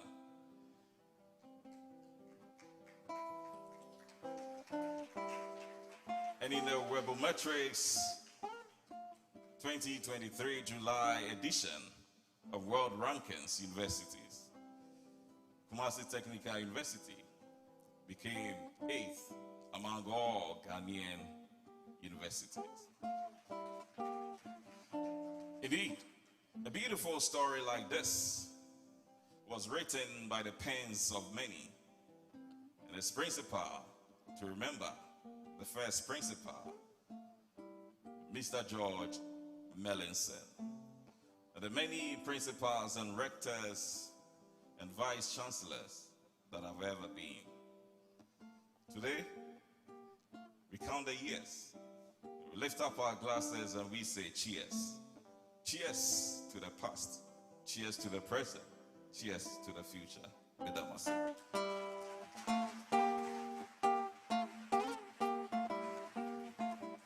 Amazing, amazing, amazing. Thank you, Kojo Awoche. Do you ever get angry? I don't know. So we power wife for not the buffa. So we sakasa. I could see her. Oh, a day. And I am a sigh.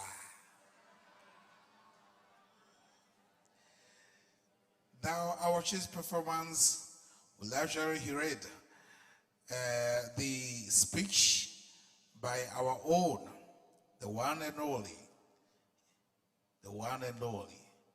Over the past 1 week, I've been having engagement with him, and he has been promising me of a role to play in this 70th anniversary.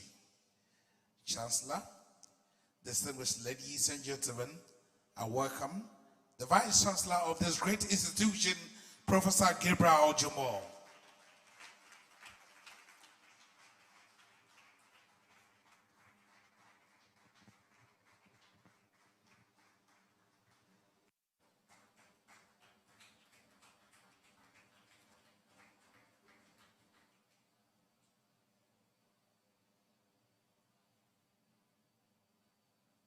The Honorable Chairman,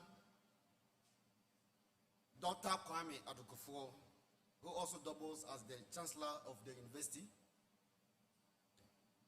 Nana Professor Mensabunsu, representing His Royal Majesty Otumfo Osietu II, the Asantehene, members of the University Governing Council, the Mayor of Kumasi in the person of Honorable Sampai, Nananom, representatives of regulatory bodies, representatives of sister universities, heirs and representatives of various corporate institutions here present, faculty members, esteemed alumni, staff and students, the media, distinguished guests, ladies and gentlemen, good morning. It is with immense pride and joy that I stand before you today to mark a momentous milestone in the history of our esteemed institution. Today, we gather to celebrate the 70th anniversary of our university, a beacon of knowledge, innovation, and excellence in the realm of technical education. First and foremost, I would like to extend a warm welcome and express my heartfelt gratitude to all of you who have joined us on this special occasion. Your presence here is a testament to the deep bond and shared commitment we have towards our university's enduring legacy. I would like to acknowledge the tireless efforts of our founders, whose visionary leadership and unwavering dedication laid the foundation for what we are today. Their foresight in establishing this institution has paved the way for countless students to pursue their dreams and contribute meaningfully to society. A special thank you to our faculty and staff, past and present, for their dedication to nurturing young minds and fostering an environment of academic rigor and innovation. To our esteemed alumni, your achievements and contributions in various fields around the world are a source of great pride for us all. And to our students, you are the torchbearers of our legacy, and your aspirations and accomplishments continue to inspire us. Honorable Chairman, as we celebrate this momentous occasion, it's important to reflect on the journey that has brought us here. 70 years ago, our university was founded with a mission to provide quality technical education and to produce graduates who are not only skilled professionals, but also responsible global citizens. Over the decades, we have grown from a modest institution to a leading university renowned for its cutting-edge research, innovative teaching methods, and strong industry partnerships.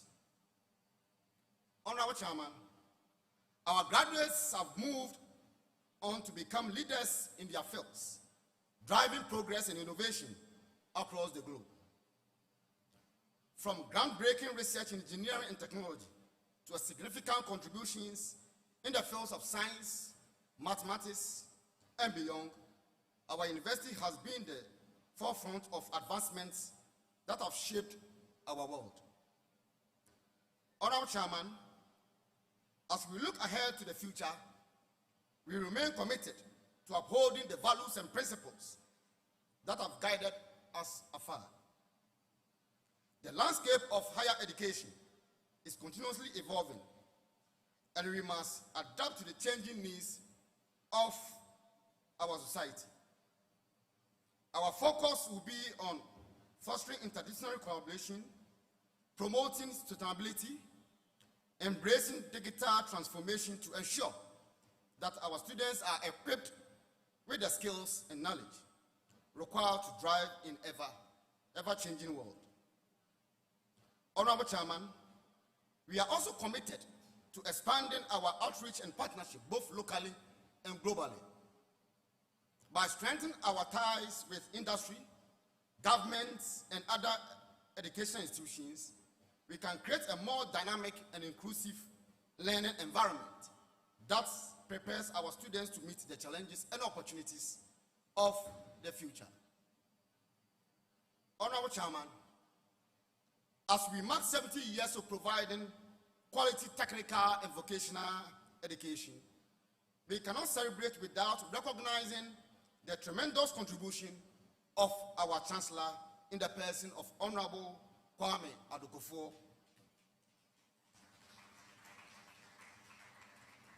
who doubles as the chairman for this important occasion. His contribution in helping to bridge the gap between the industry and academia through industrial placements for students, scholarships for best students in computer science, and proposal to set up a jewelry workshop to enhance practical training for students is worth commending.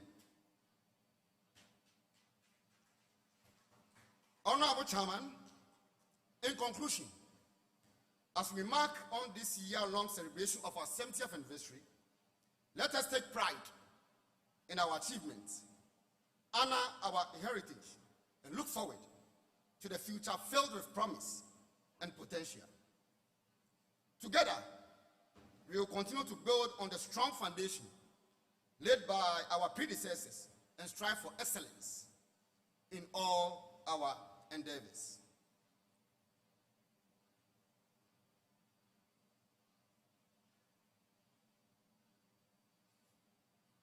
Honorable Chairman,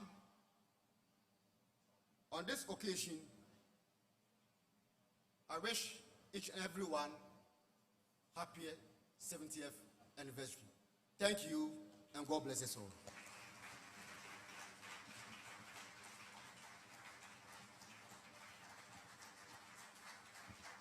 You can make it bigger for our Vice Chancellor.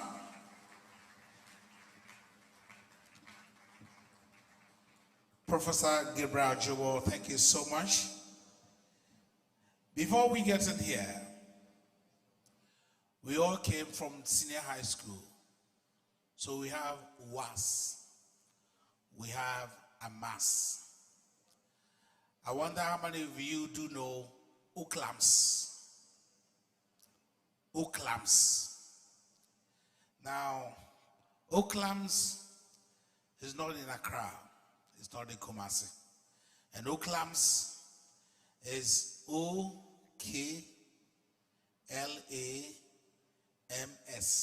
That's UCLAMS. And it's Ofuase Kokopin LA Primary School. Now,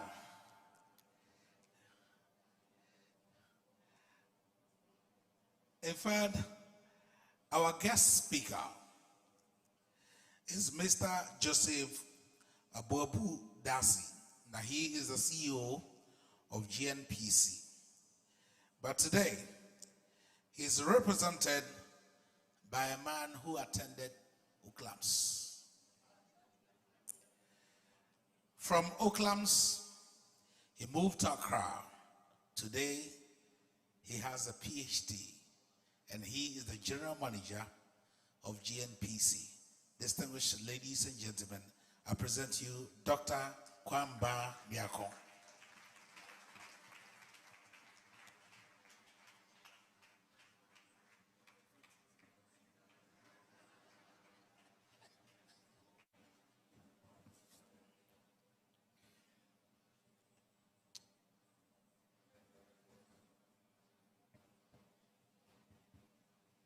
So how do I respond to that? I'm a proud son of Oklaps. That I don't deny. But before Kwame Edinkra came to Opokuwari, I had been to Opokuwari. So from Oklaps to Opokuwari School, should I add that that's of Kumasi Kokobin Senior Secondary. So we have fine names for our schools. So, of course,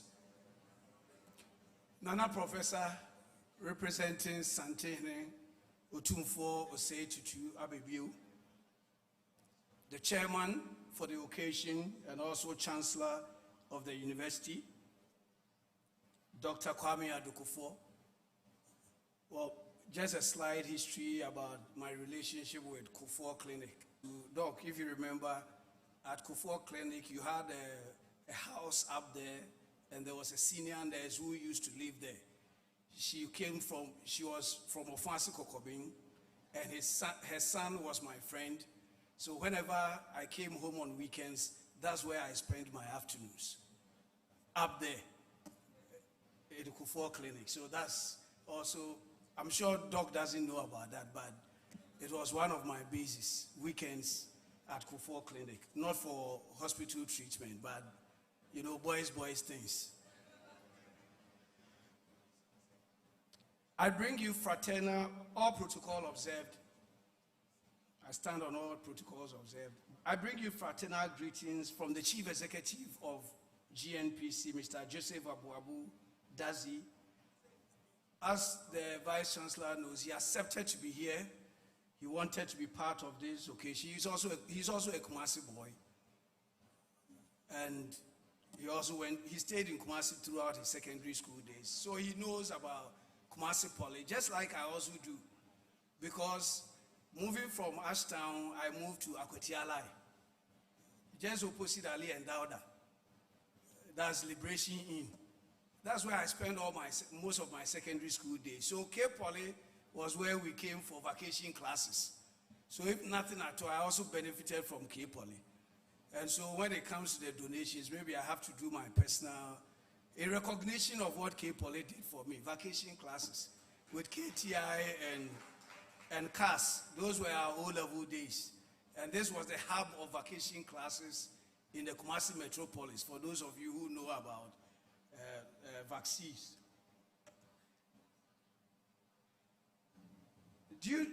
Mr. Dazi is not able to be here because this is the last days of the energy minister, as you know, and there's a lot of transition in the energy ministry. Honorable Matthew Puku Prempe. And because of that, there's a lot of transition going on there. And my chief executive, as one of the main CEOs in that sector, has to be in Accra to ensure that the transition is done fruitfully. So he sends his apologies. However, I'm happy and I'm lucky to be here because I find myself in familiar territory. As I've already said, I live very close by, but also as an academic and now in industry. For those of you who don't know, I think most people know me more for sports than my profession. So I've done Kotoko, I've done a bit with the FA as well. And so Nana Adakujachi, we thank you for what you did for us as Kumasi Asante Kotoko and what you continue to do for us. And I'm proud of that history, my role in that as well.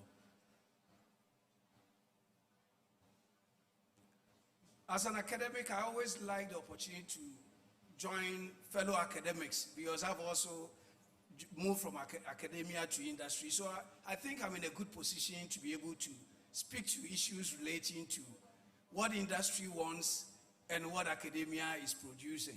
I moved from academia to industry because I thought I wanted to be a better lecturer because I plan to go back to academia. I don't plan to retire at GMPC, funny enough. I intend to go back to academia because I think I'll be a very good academic after the experiences that I've gained in industry. But I think industry also sometimes are a bit preposterous in suggesting that academia is not producing the kind of students they are looking for. So the question I always ask them is, if you want a particular skill set to be produced for you, what do? You put your money where your mouth is. Industry should be investing in what academia produces. Don't just wish for particular skill sets to be produced. And how do you do that? You signal to academia what the needs are by providing the scholarship funds, the research funds in specific areas. So if all of us are academics at Kumasi Technical University, and GMPC comes in and he says, I'm putting up $5 million for research in a particular area, you think the kids and every young man wouldn't want to be training in that area because that's where the money is. So you are directing the kind of skill set and how they should be trained. And beyond that, provide them with the internships that we try to do with KSTU. And we had a very interesting chat when the Vice Chancellor and the Pro-Vice Chancellor were at our offices to invite the CEO for this event, and I happened to be there as well. So I understand what they are trying to achieve with Kumasi Technical University, and GMPC has already signaled our intentions. In terms of what we do, skill set training, we support both informal sector training as well as the formal sector training. Between 2019 and 2022, GMPC had trained 2,450 skilled artisans all over the country, Kumasi, Koforidua, Takrady, because like we say, our industry also requires these skilled artisans in welding and other things. But beyond that, we don't need everybody to want to do petroleum engineering or anything related to petroleum before they benefit from the petroleum resources of Ghana. It is important to recognize that the petroleum sector is technology intensive, so it requires only a few people. So once you put a number of people on the FPSO, for another 10, 15 years, you might not be able to add to that. However, people need to benefit from the oil resources. And that is what occasions GMPC's support for the local scholarships that have also benefited students in vocational as well as technical institutions. Between 2017 and now, GMPC has supported a total of 6,728 students in universities and technical and vocational institutions across the length and breadth of Ghana. That is us saying this is the kind of skill sets we are looking for, and so this is where we are putting our money. Can you train more of that for our industry and other industries in the country? And I think other agencies, private sector organizations, state agencies should also emulate what we are trying to do, because if you have the resources and you develop the capacity of the people, you benefit. Basically, that is GMPC. So if you notice, we don't say we are doing CSR, which is corporate social responsibility. We call it corporate social investments, because we believe that whatever we give back to society is an investment in our future. If we train artisans, we are training them because we want the skill set that we are looking for. If we put money in the healthcare system, it's because, as my Latin master at Opukwara said, mens sana in corpore sane, a sound mind lives in a sound body. And so the skills, the workforce that we need for the future need to be healthy. So when we build hospitals and we provide the facilities that we do, it's because we are investing in the future of GMPC. That's the selfish part of GMPC. But of course, my friend Toby Afede always reminds me that the best form of selfishness is selflessness. The best part of selfishness is selflessness. When you are selfless, in the end, you benefit. And so that is the policy of GMPC in this direction. But in talking about the skill set gap, of course, industry keeps on complaining. I've already said that they should not just complain, they should invest in that. Sometimes we do too much comparisons between academia and industry, and then people say there's too much theory in academia. There can never be too much theory. Trust me. What is theory? Theory is only abstracted practice. People have looked at practice over time and looked at the trends and come up with theories out of what they've seen over time. That's one way of theorizing, isn't it? So it's basically abstracted practice. And what is practice? Practice is implementing theory. Most people do things without even knowing that there's a theory behind the things you do. From academia, my first step was into banking. And sitting at the executive committee of one of the banks and listening to experienced bankers talk about the problems and the way they do things, what I actually noticed was that they know what to do, but most of the time they didn't know why they were doing what they were doing. And so when the assumptions underlying the theory that they are implementing, which they probably don't know, changes, then they struggle. So when you don't understand the theory behind the practice that you are engaged in, and you don't know the assumptions underlying those theories, whenever there are changes in these assumptions, practitioners struggle. And I'll tell you, I was writing a paper on the banking sector challenges before I left banking. And I would have said it's purely because I felt too many people in that sector knew what they were doing. They know how to do the day-to-day, what as a banker you need to do. But why they are doing what they have to do probably was missing. And that's the theory that I was teaching at the money and banking class at the University of Ghana. So I sat there, challenged some of the models that the Bank of Ghana was introducing. And the banks were accepting the models because, well, they are theory takers, isn't it? The model is brought by the central bank. They come up with a policy, and as a bank, you have to implement that.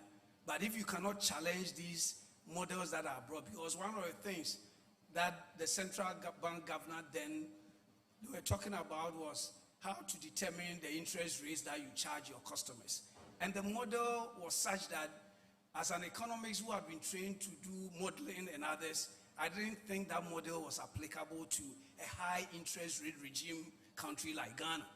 If you compare Ghana to the US, when the governor of the central bank announces a small percentage change in the interest rate, he can even collapse the stock markets, isn't it?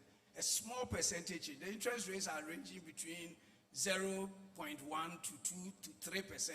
In Ghana, interest rates range between what?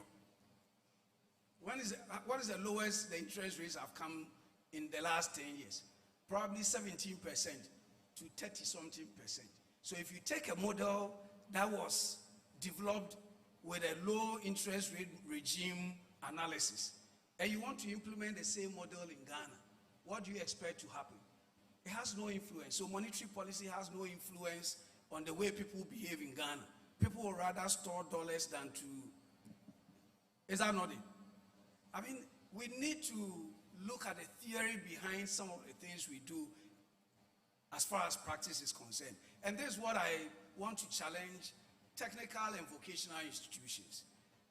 We know you've now been converted to technical universities. Polytechnics, I know. I have a story that I wanted to share. Two people who made my belief in technical education and vocational education very firm. In 1991, I met a young man called Ernest Abuaje at Redco Flats in Medina. He was a graduate of Accra Polytechnic. Guess what he was doing? He was the one installing the satellite dishes for Ashanti Gold. A Polytechnic student. Because he has been given all the hands-on training that was required to do that. He became my friend. On weekends, he had this small PTO. I would join him and all that I was doing. I had not entered the university then. So all that I used to do was to hand him over the pliers and the screwdrivers, and he would say, oh, give me this, and I do. And he was installing satellite dishes.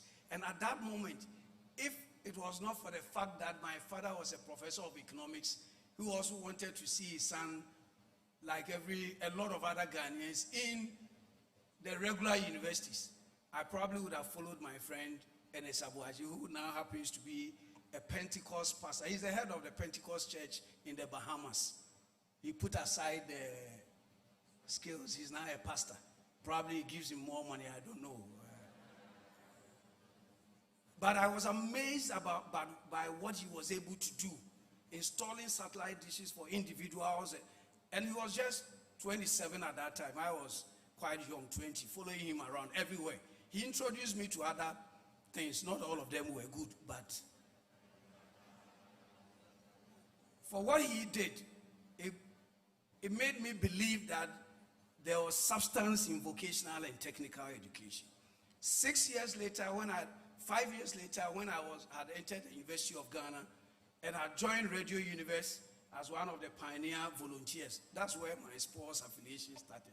Radio Universe, I was the first head of sports at that radio station. First private broadcast radio station in Ghana, before even the Joy FMs and those people came. We started operating in mono. You know, the sound was a bit shrill. Then UNESCO was good enough to give us some stereo transmitter and stereo equipment and everything. It was purchased from the UK. The suppliers of the equipment sent a polytechnic student from the UK to come to the University of Ghana, and he installed the whole radio station in 6 days. Polytechnic student. The equipment manufacturers trusted his training because they trained him as part of his apprenticeship as a polytechnic student, and they were confident that if they sent him to Ghana with the equipment, he could construct a whole radio station. I stopped going for lectures for 6 days just to watch him, like I was doing with Enes Abuaji. I spent the whole day, when others were in the lecture room, I was in the studios trying to follow this young man. He was also 24 years. He installed the whole radio station, the stereo equipment. And so for me, my belief in polytechnic and vocational training had been firmed up by these two examples. And that is what we are hoping and wishing that polytechnic, technical university, vocational training brings to the country, where we are confident, equipment manufacturers are confident that when somebody comes out of one of our training institutions, they are able to do what is required of them because they've been given the requisite skill set.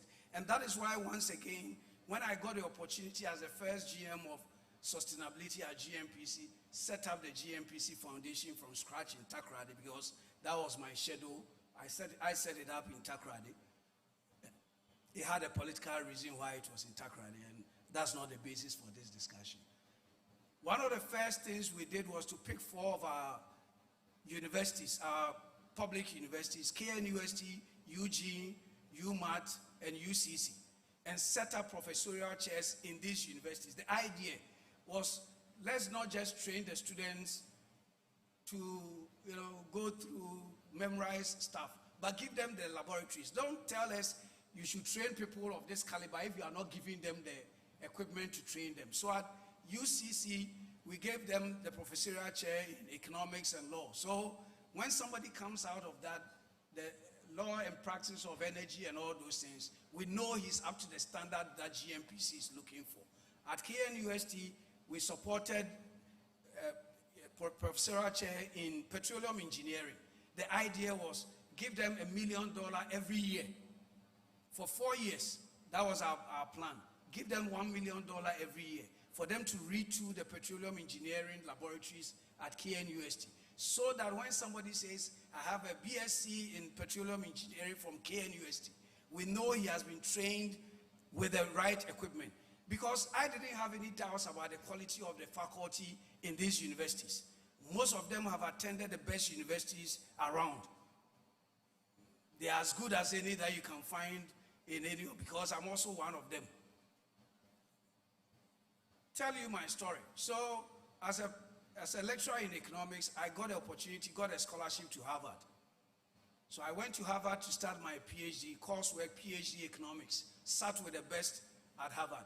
Guess where my colleague graduates from that year group? 1 year They are the ones teaching at Princeton, Yale, and other places. Because we were taught with the best materials. Then I was supposed to come to Ghana and teach at the University of Ghana economics. So whilst my colleagues who are teaching at Princeton are showing their students, because they already have the softwares for the econometric models already fixed on their laptops, they are showing them how to run the regressions, interpret them, and apply. I came back to University of Ghana, went back to the whiteboard marker, and I was deriving the equation. I have to start by, deriving. They had moved a step forward. They were showing them how to apply the equation. I was now deriving the equation on the board. Summation xy minus x squared. It is not that I'm not as good as them, but the materials to teach my students with was not there. I went to the lecture room with my own projector. I went to the lecture room with my own laptop to teach my students in economics. So if you want the lecturers at KSTU to teach like the people in the UKs and my colleagues from York who have to come here, you need to give them the tools. It's not rocket science. Because they can't teach your children to the level that you expect them to produce if the materials are not there. So I came back, taught the same way I used to teach, because the only difference is, well, my mentality had changed slightly. Let me tell you what happened. I'll round up soon and give you a few other tips as well. My mentality has changed, and this one I'm sure it will gladden the minds of the students. My professor at Harvard told me that you cannot fail. If Harvard accepts the best students into the university, it is the responsibility of Harvard to get them to the next level, isn't it? And so if you are a lecturer fond of failing students, it's actually an indictment on you. Because if we have admitted the best students in the university and you could not get them to the next level, what has happened? It is your fault. And so my colleague, that's the real thing that changed in the way I taught at the University of Ghana, because now I realized that it was now my responsibility to make sure that my students understood, not just come and stand there, rattle things, or whether they understand or not, I care less. No. Harvard taught me that it is your responsibility to move them from where you found them, because they were the best that were selected and brought in, to the next level. So maybe my colleague lecturers, it's something that we need to think. Nobody should say this to my father. That's not how my father was perceived at the University of Ghana. He was perceived the other way. I only found out when I grew up that he was principled. But everybody you meet says, hey, this Baniaku, economics, I soften it so that the Baniaku, the image will be a bit more. So to round up, let me just indicate some of the skill sets that industry are now looking for. So when you teach your students, beyond the technical skills, the soft skills that makes them to be able to interact with other people in industry, so that they don't need retraining. Those are the things. Cognitive skills, problem solving skills. So one of my mentors said to me that if I give you a job and you have to run to me every day to find out how it should be solved, then I shouldn't be giving you that job. I should be doing it myself.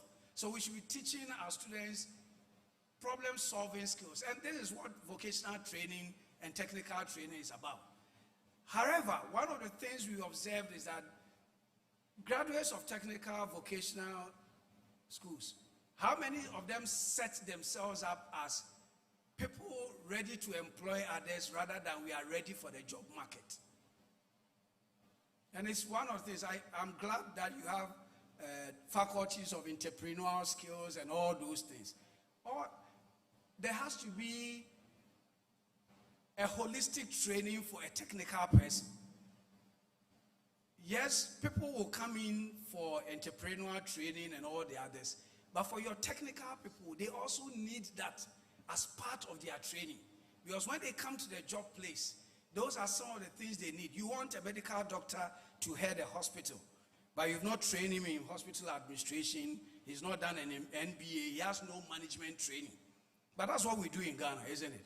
Almost all the hospitals are headed by medical doctors. I'm hoping that their medical training includes hospital administration and all those things. If you want your technical and vocational guys to be able to make money, they should be able to be trained whilst they are doing the technical training.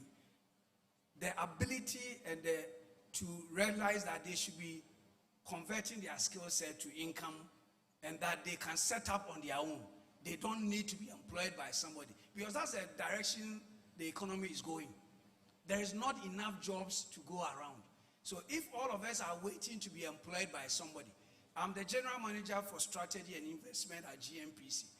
I have about six or 7 years to go on retirement. Until I go on retirement, no new person is taking that job. And so the numerous people you are bringing in, every year we churn out new engineers, isn't it? For which jobs? The Constitution, I'm not a politician, so I can say something here. The Constitution doesn't guarantee anybody a job. The Constitution doesn't say government owes any graduate of any university a job. What the Constitution says is that tertiary education will be made progressively free. But you owe yourself a job. As a student, if you think somebody owes you a job, the politicians cannot say it because you vote against them, isn't it? I'm not a political appointee as well. I'm a technocrat, so I can say this. Let's begin to teach the students that there are no jobs. If we put that, there are no jobs waiting for them. They need to start creating jobs. And one of the easiest ways my professor said to me, he says, every inefficiency is someone's income. And there are more inefficiencies in Africa than any other place. So there's more money to be made here. All you need to do as a graduate is to identify the inefficiency in your community and look for solutions. That's what Zoom Lion did. That's what the guy who started Cocoa King did. He identified an inefficiency that people could not take breakfast in the morning, so they wanted to take breakfast on the go. He started supplying cocoa by the roadside, hired people. He became a millionaire. Zoom Lion, I don't think the owner has ever swept any of our streets in Ghana. When we say identifying an inefficiency, he identified the inefficiencies in our sanitation system and converted that into money.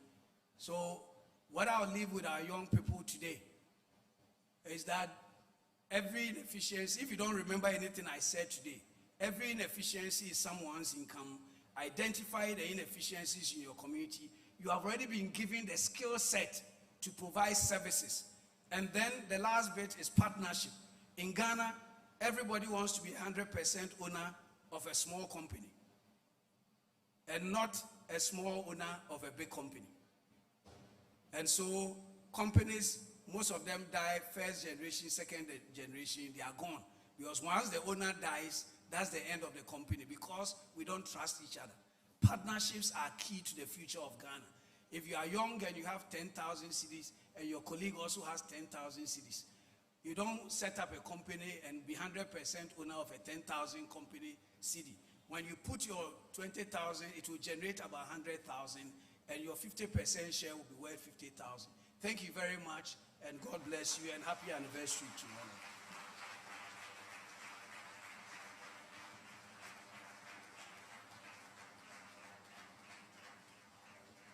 Doctor, another round of applause for Dr. Kwamba Nyako. Kumasi Asante Kotoko is the current champions of the Democracy Cup. And yesterday the man was happy. Until I now pay in annoyed and din or cabro for Kasi. Sekotoko Luzuya. Because the speech would have been very short. Thank you so much. Now it's time for the unveiling. And I have engineer Dr. Emmanuel Aldu to give us a commentary of exactly how this will be. The unveiling of the 70th anniversary club and souvenirs. Good afternoon, Chancellor, standing on all protocols. We are here to showcase the various cloth and souvenirs that have been produced leading to our 70th anniversary. So without much ado, we will invite the team, our team here. Our duty is to unveil or showcase the various souvenirs, and which will lead to the unveiling of the souvenirs. So if the team is ready, please, you can file in now.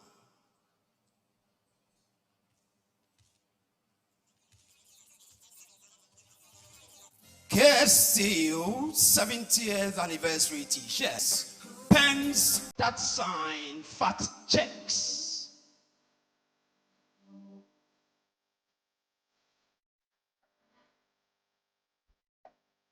KSCU 70th anniversary jotters, jotting down great ideas that birth innovative solutions.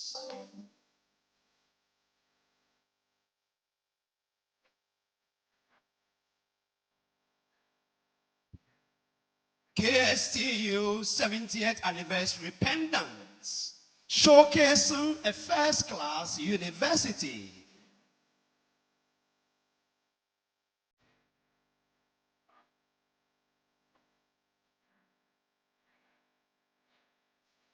KSTU 70th anniversary cloth, cloth in style and pageantry.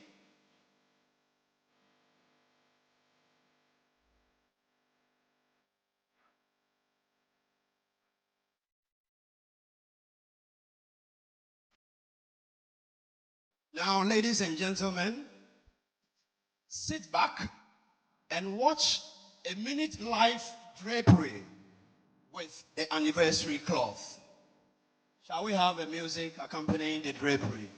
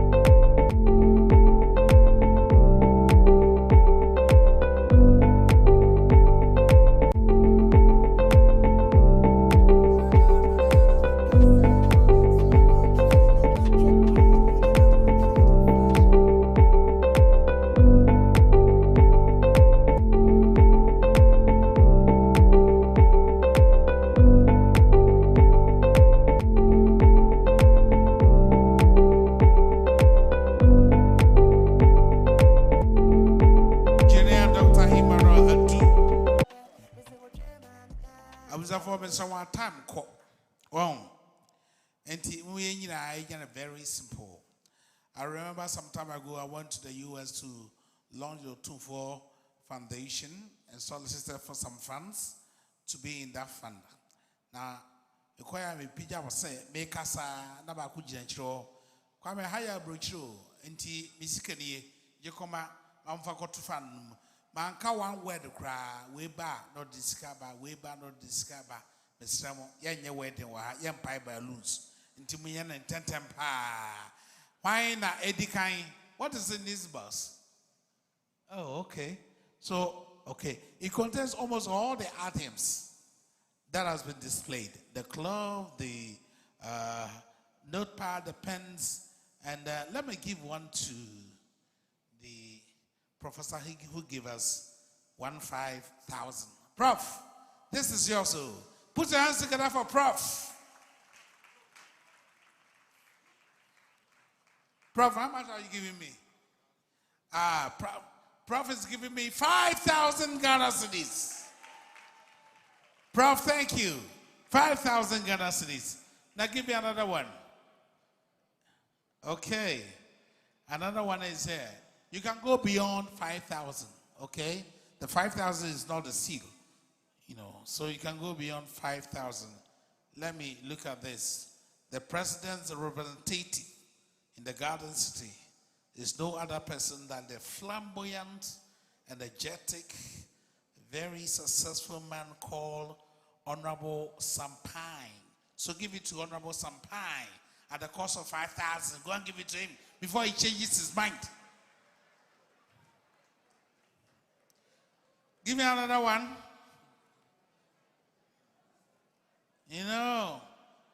Oh, this is nice. He was here and he was giving us a lecture. That was a very profound one. He went all the way to Harvard. So I'm calculating from Oaklabs to OAS to Harvard. That's a very long journey. Very long one. But GMPC,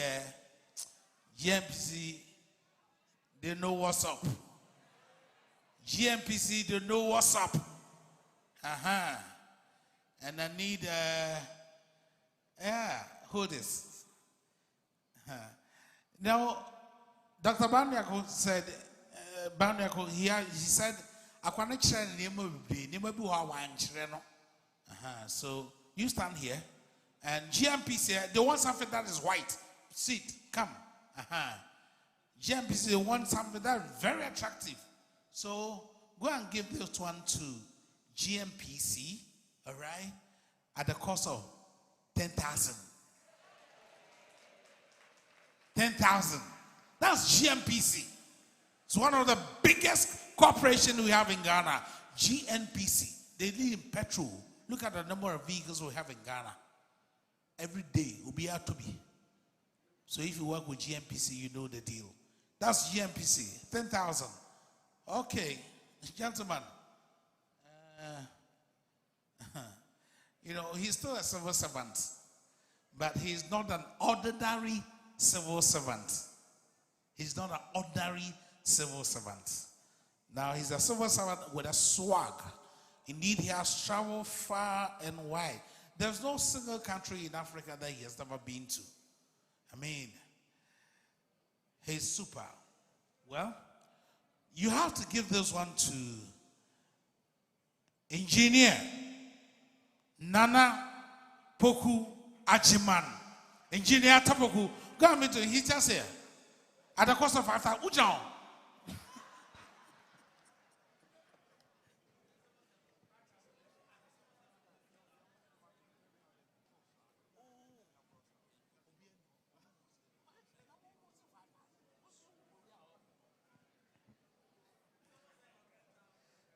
No, you are not an ordinary civil servant. Okay, I remember when we were thinking of how we can launch. There's a lady called Joyce at the office of the Vice Chancellor. He was saying that, I was saying that, now audience, a teacher for the water need school. Also, assistant. And then a teacher for who is Kappa. So I'm looking for one teacher to actually give me something bigger than even 10,000. To prove a point that now teachers are well endowed. Well endowed. Where are the teachers? Where are the teachers?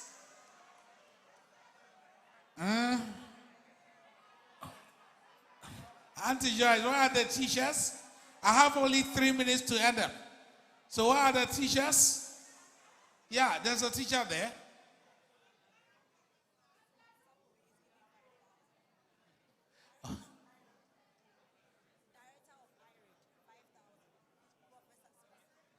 Okay, so let me see. But do you still teach? Okay. So the Vice Chancellor has given me a check, 5,000 Ghana cedis, and he says he's still a teacher. Thank you, VC. Thank you, VC.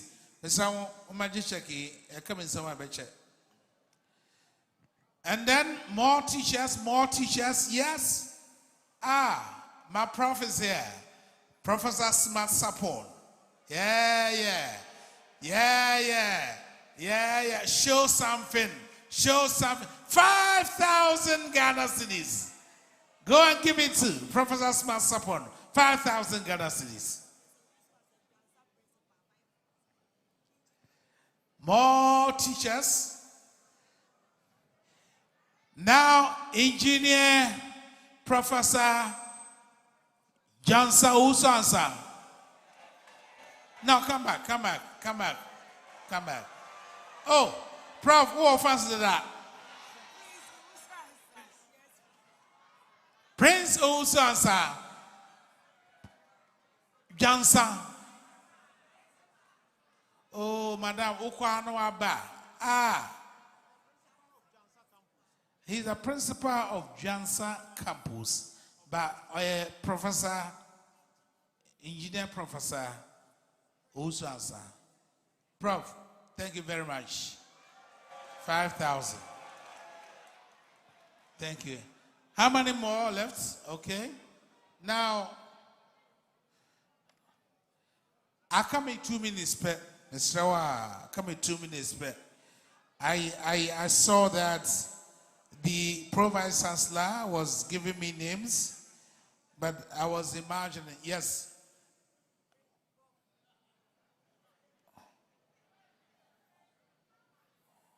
Okay, all right. So, I'm left with Nananam and Tubu, Nananam and Tubi. Bibae Mate, Adakujachi, Moama Boa Ampa, Adakujachi there. As a wife, it's a city, it's a complete city. Nana, why are dear? Now I are dear. Am I assassin? Kotokofo, and the Nyam, Kamapa, Banana, so the one Mrs. C. A far and Suta Hondas putting now, Sanya Dishakas. Nana, because we have to say, we are Dr. Dashi, a war. Now, University the Baho, Kotoko, Baho, a fee hotels, do a war, as I said, quite a body. You are Dr. Dashi. No. As I said, why then, what the way be man now home. Na Bakwakoma, Nahima, until Baba Kusum Fama, Nahima, and Nana Didi, and a Nahima Didi, Nana Diano, Unzo, Nana, oh, yeah, Nana heavy pa, Tinana Dene 10,000, and Nahima Dene 5,000.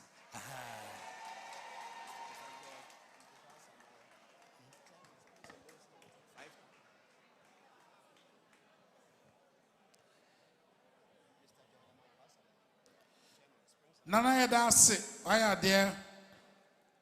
Asha Nibunyam. Now we have Mr. George Amankwa Asamoah. He's the chairman of Springs and Boats Limited. 5,000. 5,000. 5,000.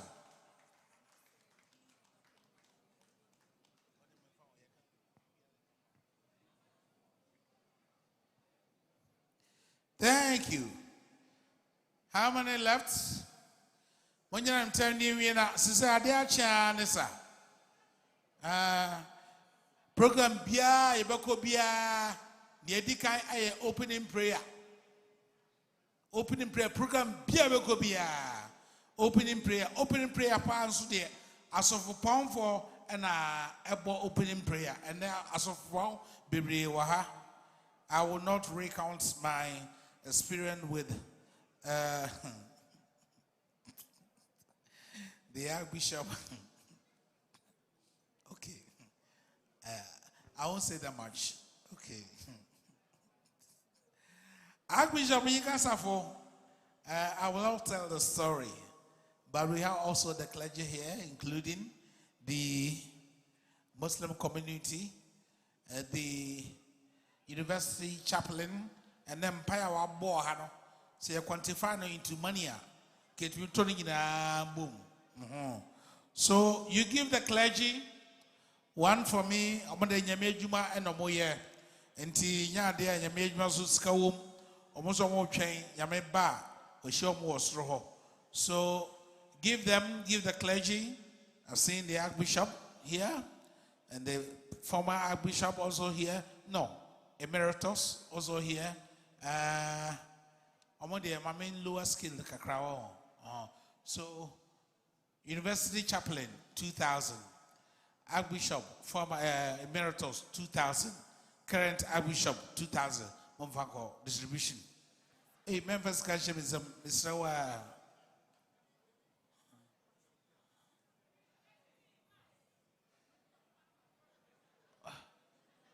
Who? Imam. The Imam is here? Imam. Oh, okay. So, have they given you one? Okay, yeah. Imam. Oh, Imam will come back and buy and chair, Mr. Lower skill, man.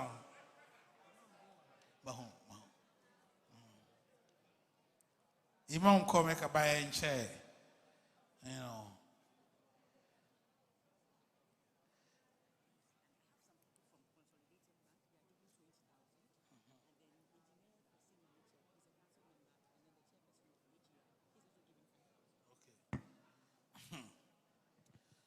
Now, Engineer Yamacha, is he here? Is engineer here? Engineer, please, Engineer Yamacha, thank you. 5,000. Engineer Yamacha, 5,000. Engineer Yamacha, 5,000. And then,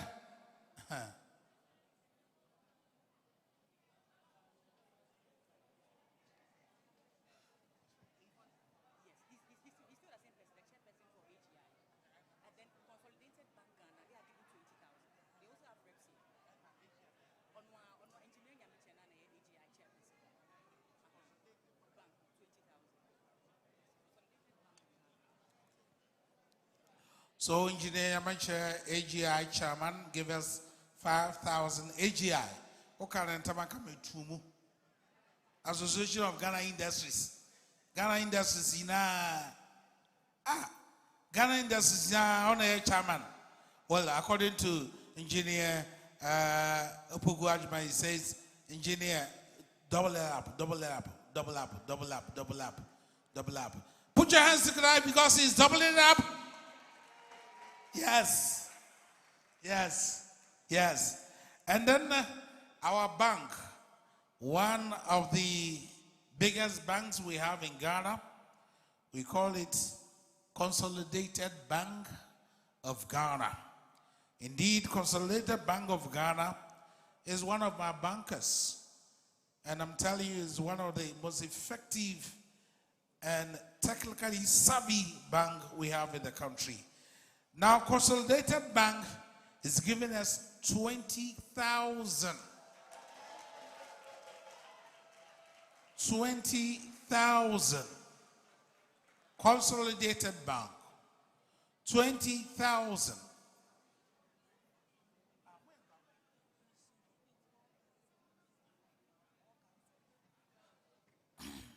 So how many more? 1, 2, 3, 4, 5, 6. How many council members do you have? How many council members do you have? About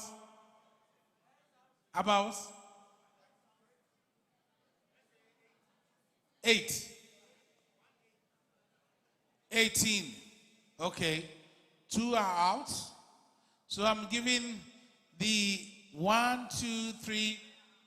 3 are out. Okay. 1, 2, 3, 4, 5, 6 to all the council members at the cost of 5,000. Thank you very much for the unveiling. We wish you all the best.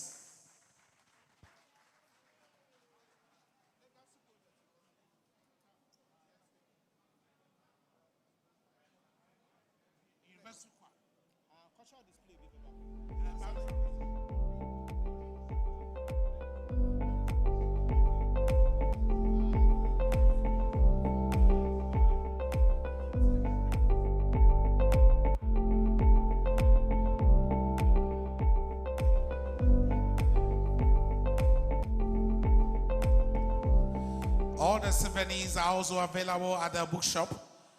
You can contact the office of the registrar and then the office of the Vice Chancellor, and you will get whichever you want to take home, the key holder, the pen, the clothes, and all.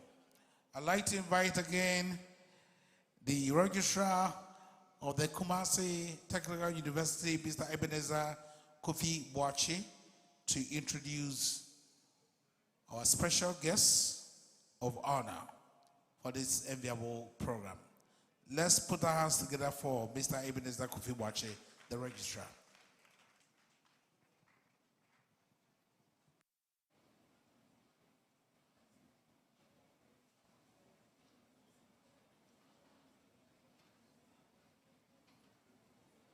Thank you very much. Special Kwame Dinkra. He is wonderful. Honorable Chair, permit me to introduce the representative of His Royal Majesty Otumfuo Osei-Tutu II. He is in the person of Nana Professor Mensah Bonsu Asachirihene. Nana is a wonderful friend of this university. And on countless number of occasions, His Royal Majesty asked him to represent him here. And we are so proud of him. I have a singular honor to introduce Nana Professor Mensah Bonsu Asachirihene, representing His Royal Majesty Otumfuo Osei-Tutu II on this occasion. Thank you very much.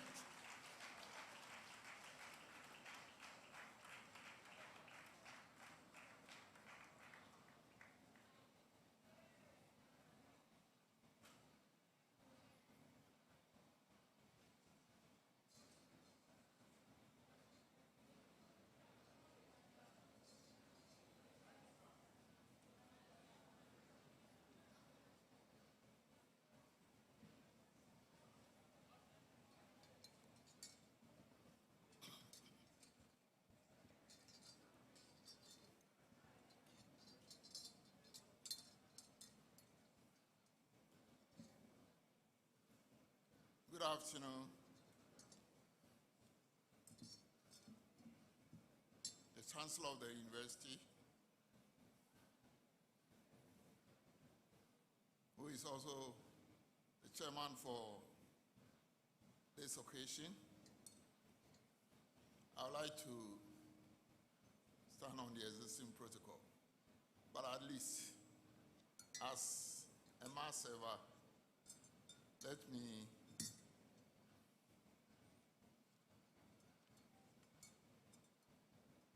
my bishop is here, so I have to talk about my bishop. My bishop is also here. Right.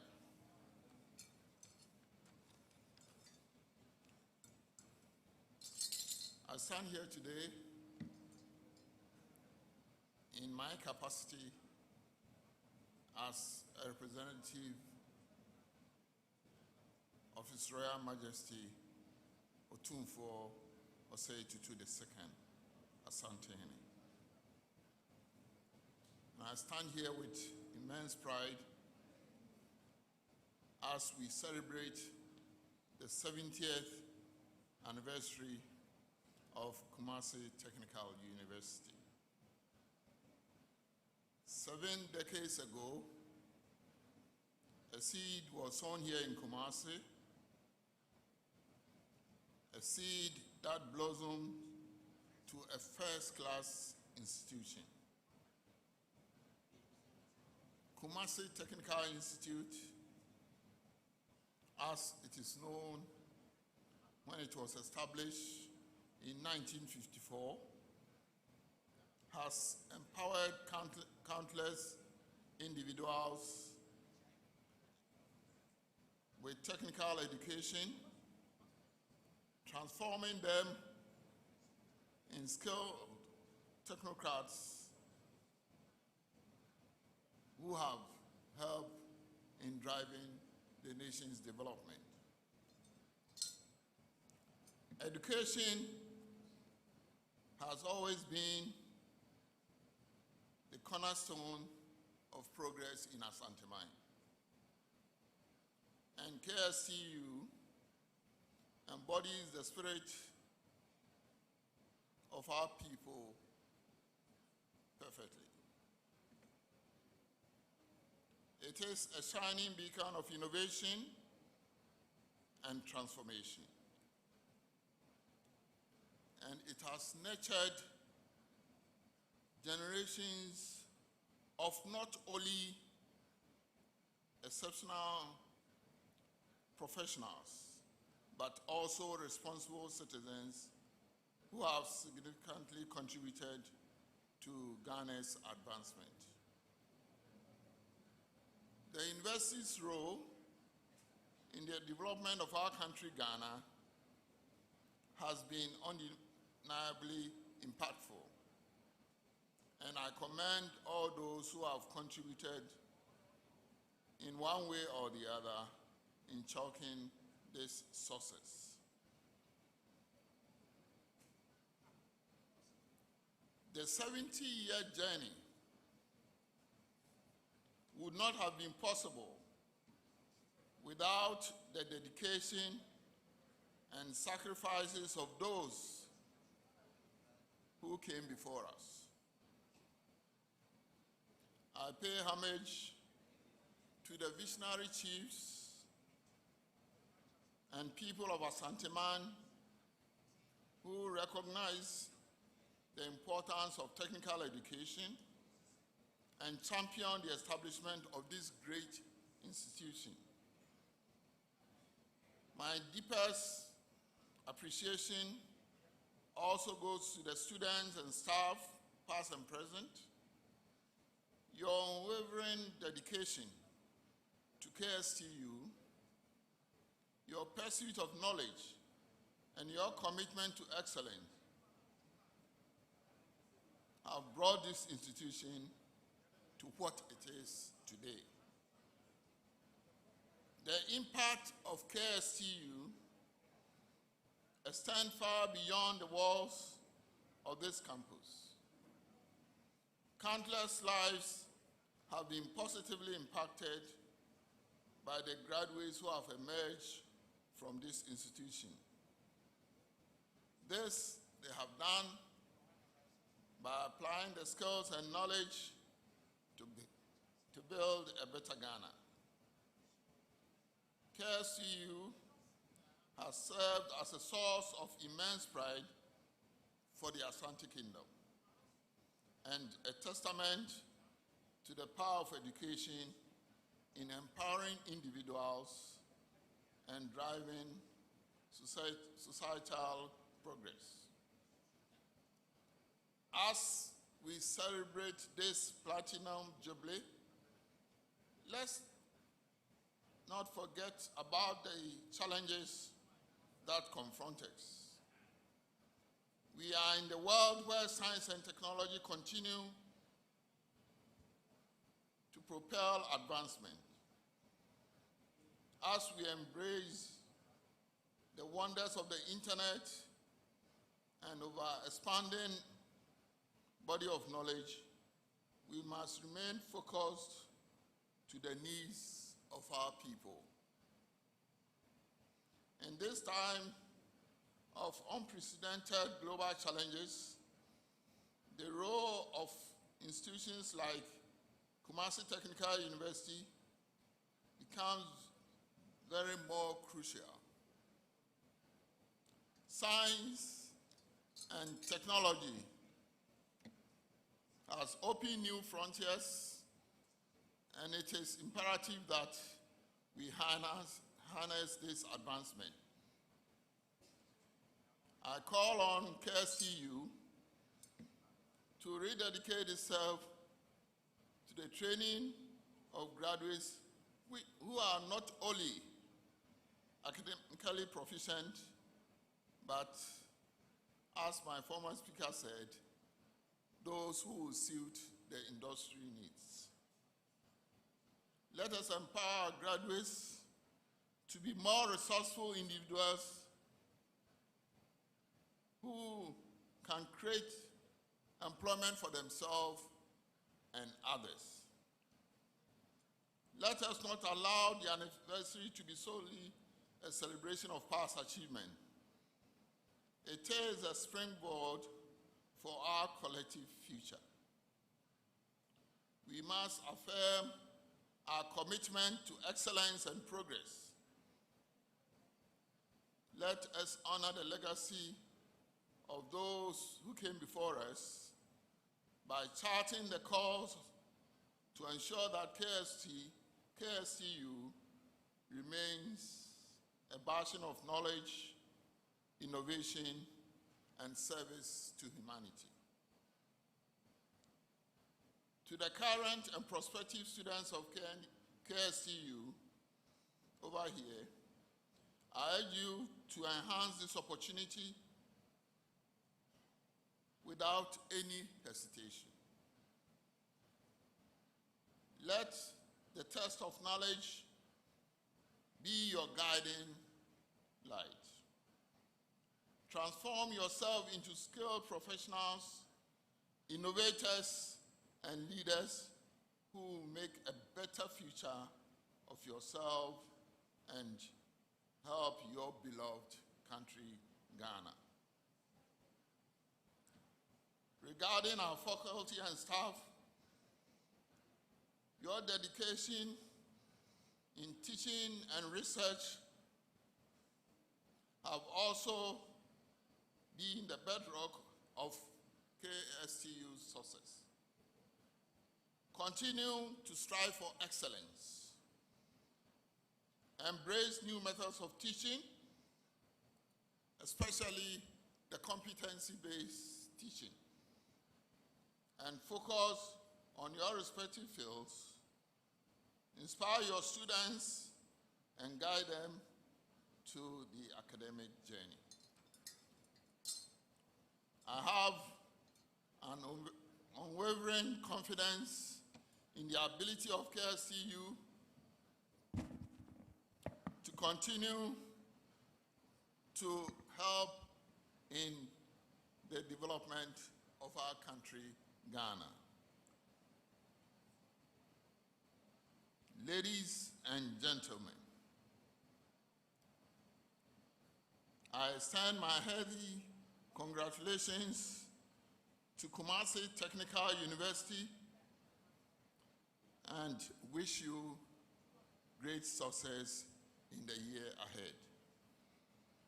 May we continue to work together in unity towards a brighter future for our beloved country. Asanteman supports Kumasi Technical University. Your research output would always be significant for Asanteman. On that note, Ladies and gentlemen, I declare the 70th anniversary celebration duly launched. Thank you, and may God bless you all.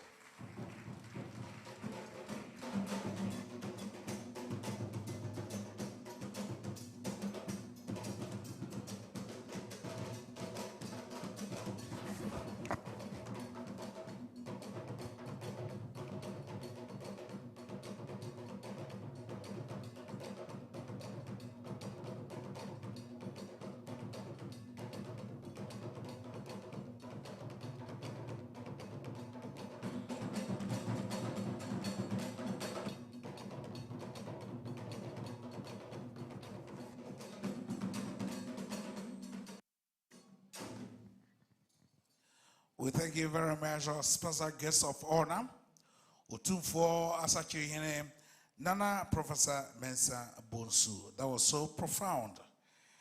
I got a message from our journalists who are here to cover the story that why didn't I ask them to buy some of the packages? Journalists want to buy, okay. So these are the prices. If you go here, if you go outside this auditorium or this hall, we have a tent where we have displayed all the souvenirs. And these are the prices. Now, journalists, you can buy out there. Here, you cannot buy, I can tell you. But there you can buy.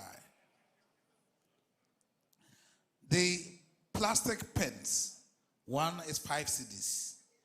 The bamboo pen with bamboo case, 150 cedis.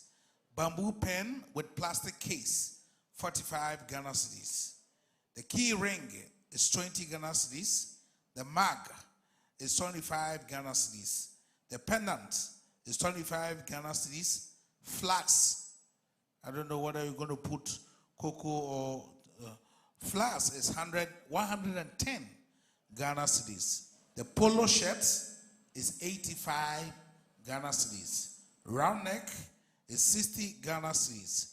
Notepad, ring, binding is 25 Ghana cedis. A5 leather notepad, that is 65 Ghana cedis. And B4 leather notepad, 100 Ghana cedis. Now the cloth, that wonderful cloth, 1 yard is 60 Ghana cedis. I will go for 4 yards, so you can do the multiplication. You look at your size, and then you take so 1 yard is 60 Ghana cedis. If you want to go the full yard, which is 12 yards or 6, that will be for you. But you need a souvenir before you leave this place. That is in honor of the 70th anniversary. Now, time for our closing remarks. We also have to revert to our Chancellor, Dr. Kwame Adoku, for our closing remarks.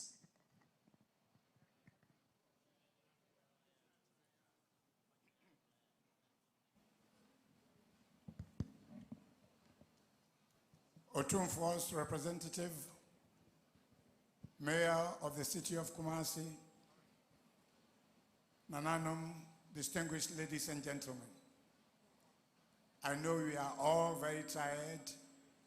We've heard all there is to hear, but I have to perform my duty to close this meeting.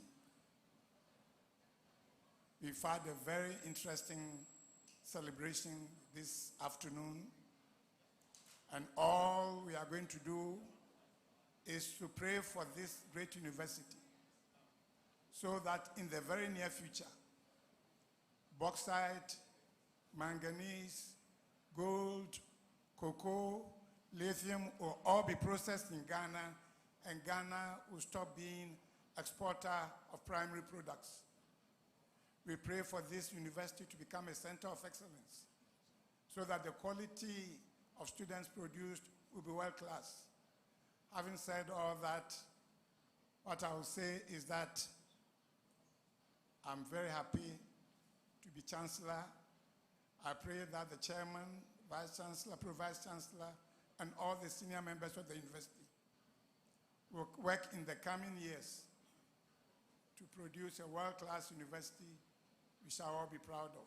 Having said this, I'm going to hand over the mic to the pastor to say the closing prayers. I know you are tired. I was given 3 minutes, and I spoke for 9 minutes.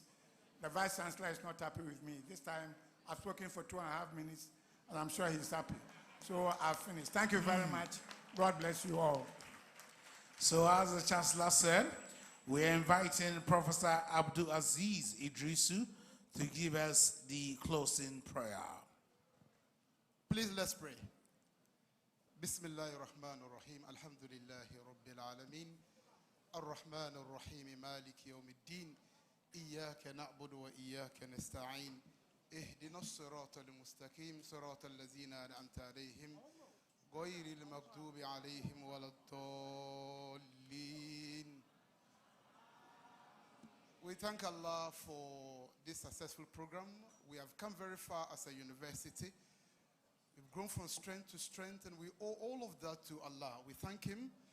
As we live here, we ask for travel mercies, and when we get there, we shall honor and glorify His name. We thank Him, and we thank Allah for our lives. We thank Him for the lives of our management, and we pray that He gives them the wisdom to stay at the university to greater height after 70 years. This we ask in His name. Amen. Amen. Well, thank you very much, Engineer Doctor. And I'd like to say a big thank you to you, Dr. Augustine Mafo, DM Tech Consulting Firm, all the way in Germany, and acknowledge the presence of the MD for Ghani Supplies, Gifty Boatin, and the MD for Fago Engineering Services, Faustina Osei Tutu. We will now have the University Choir, as we say, thank you so much for honoring our invitation. Wish you all the best.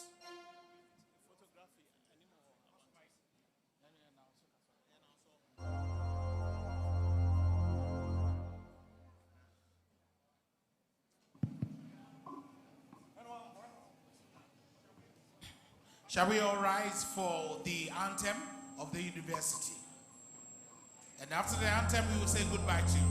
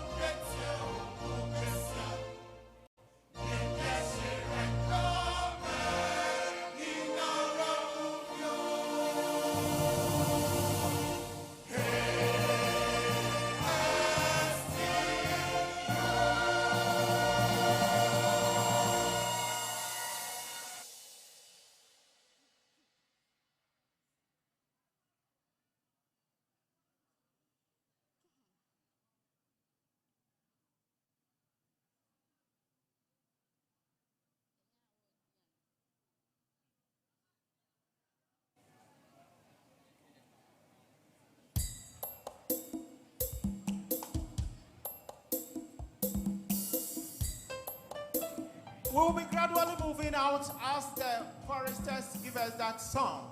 We'll be gradually moving out and we'll take our pictures out there. All the students, stay behind because you'll be refreshed here. The school counselor or the university counselor will want to refresh you and have some conversation with you.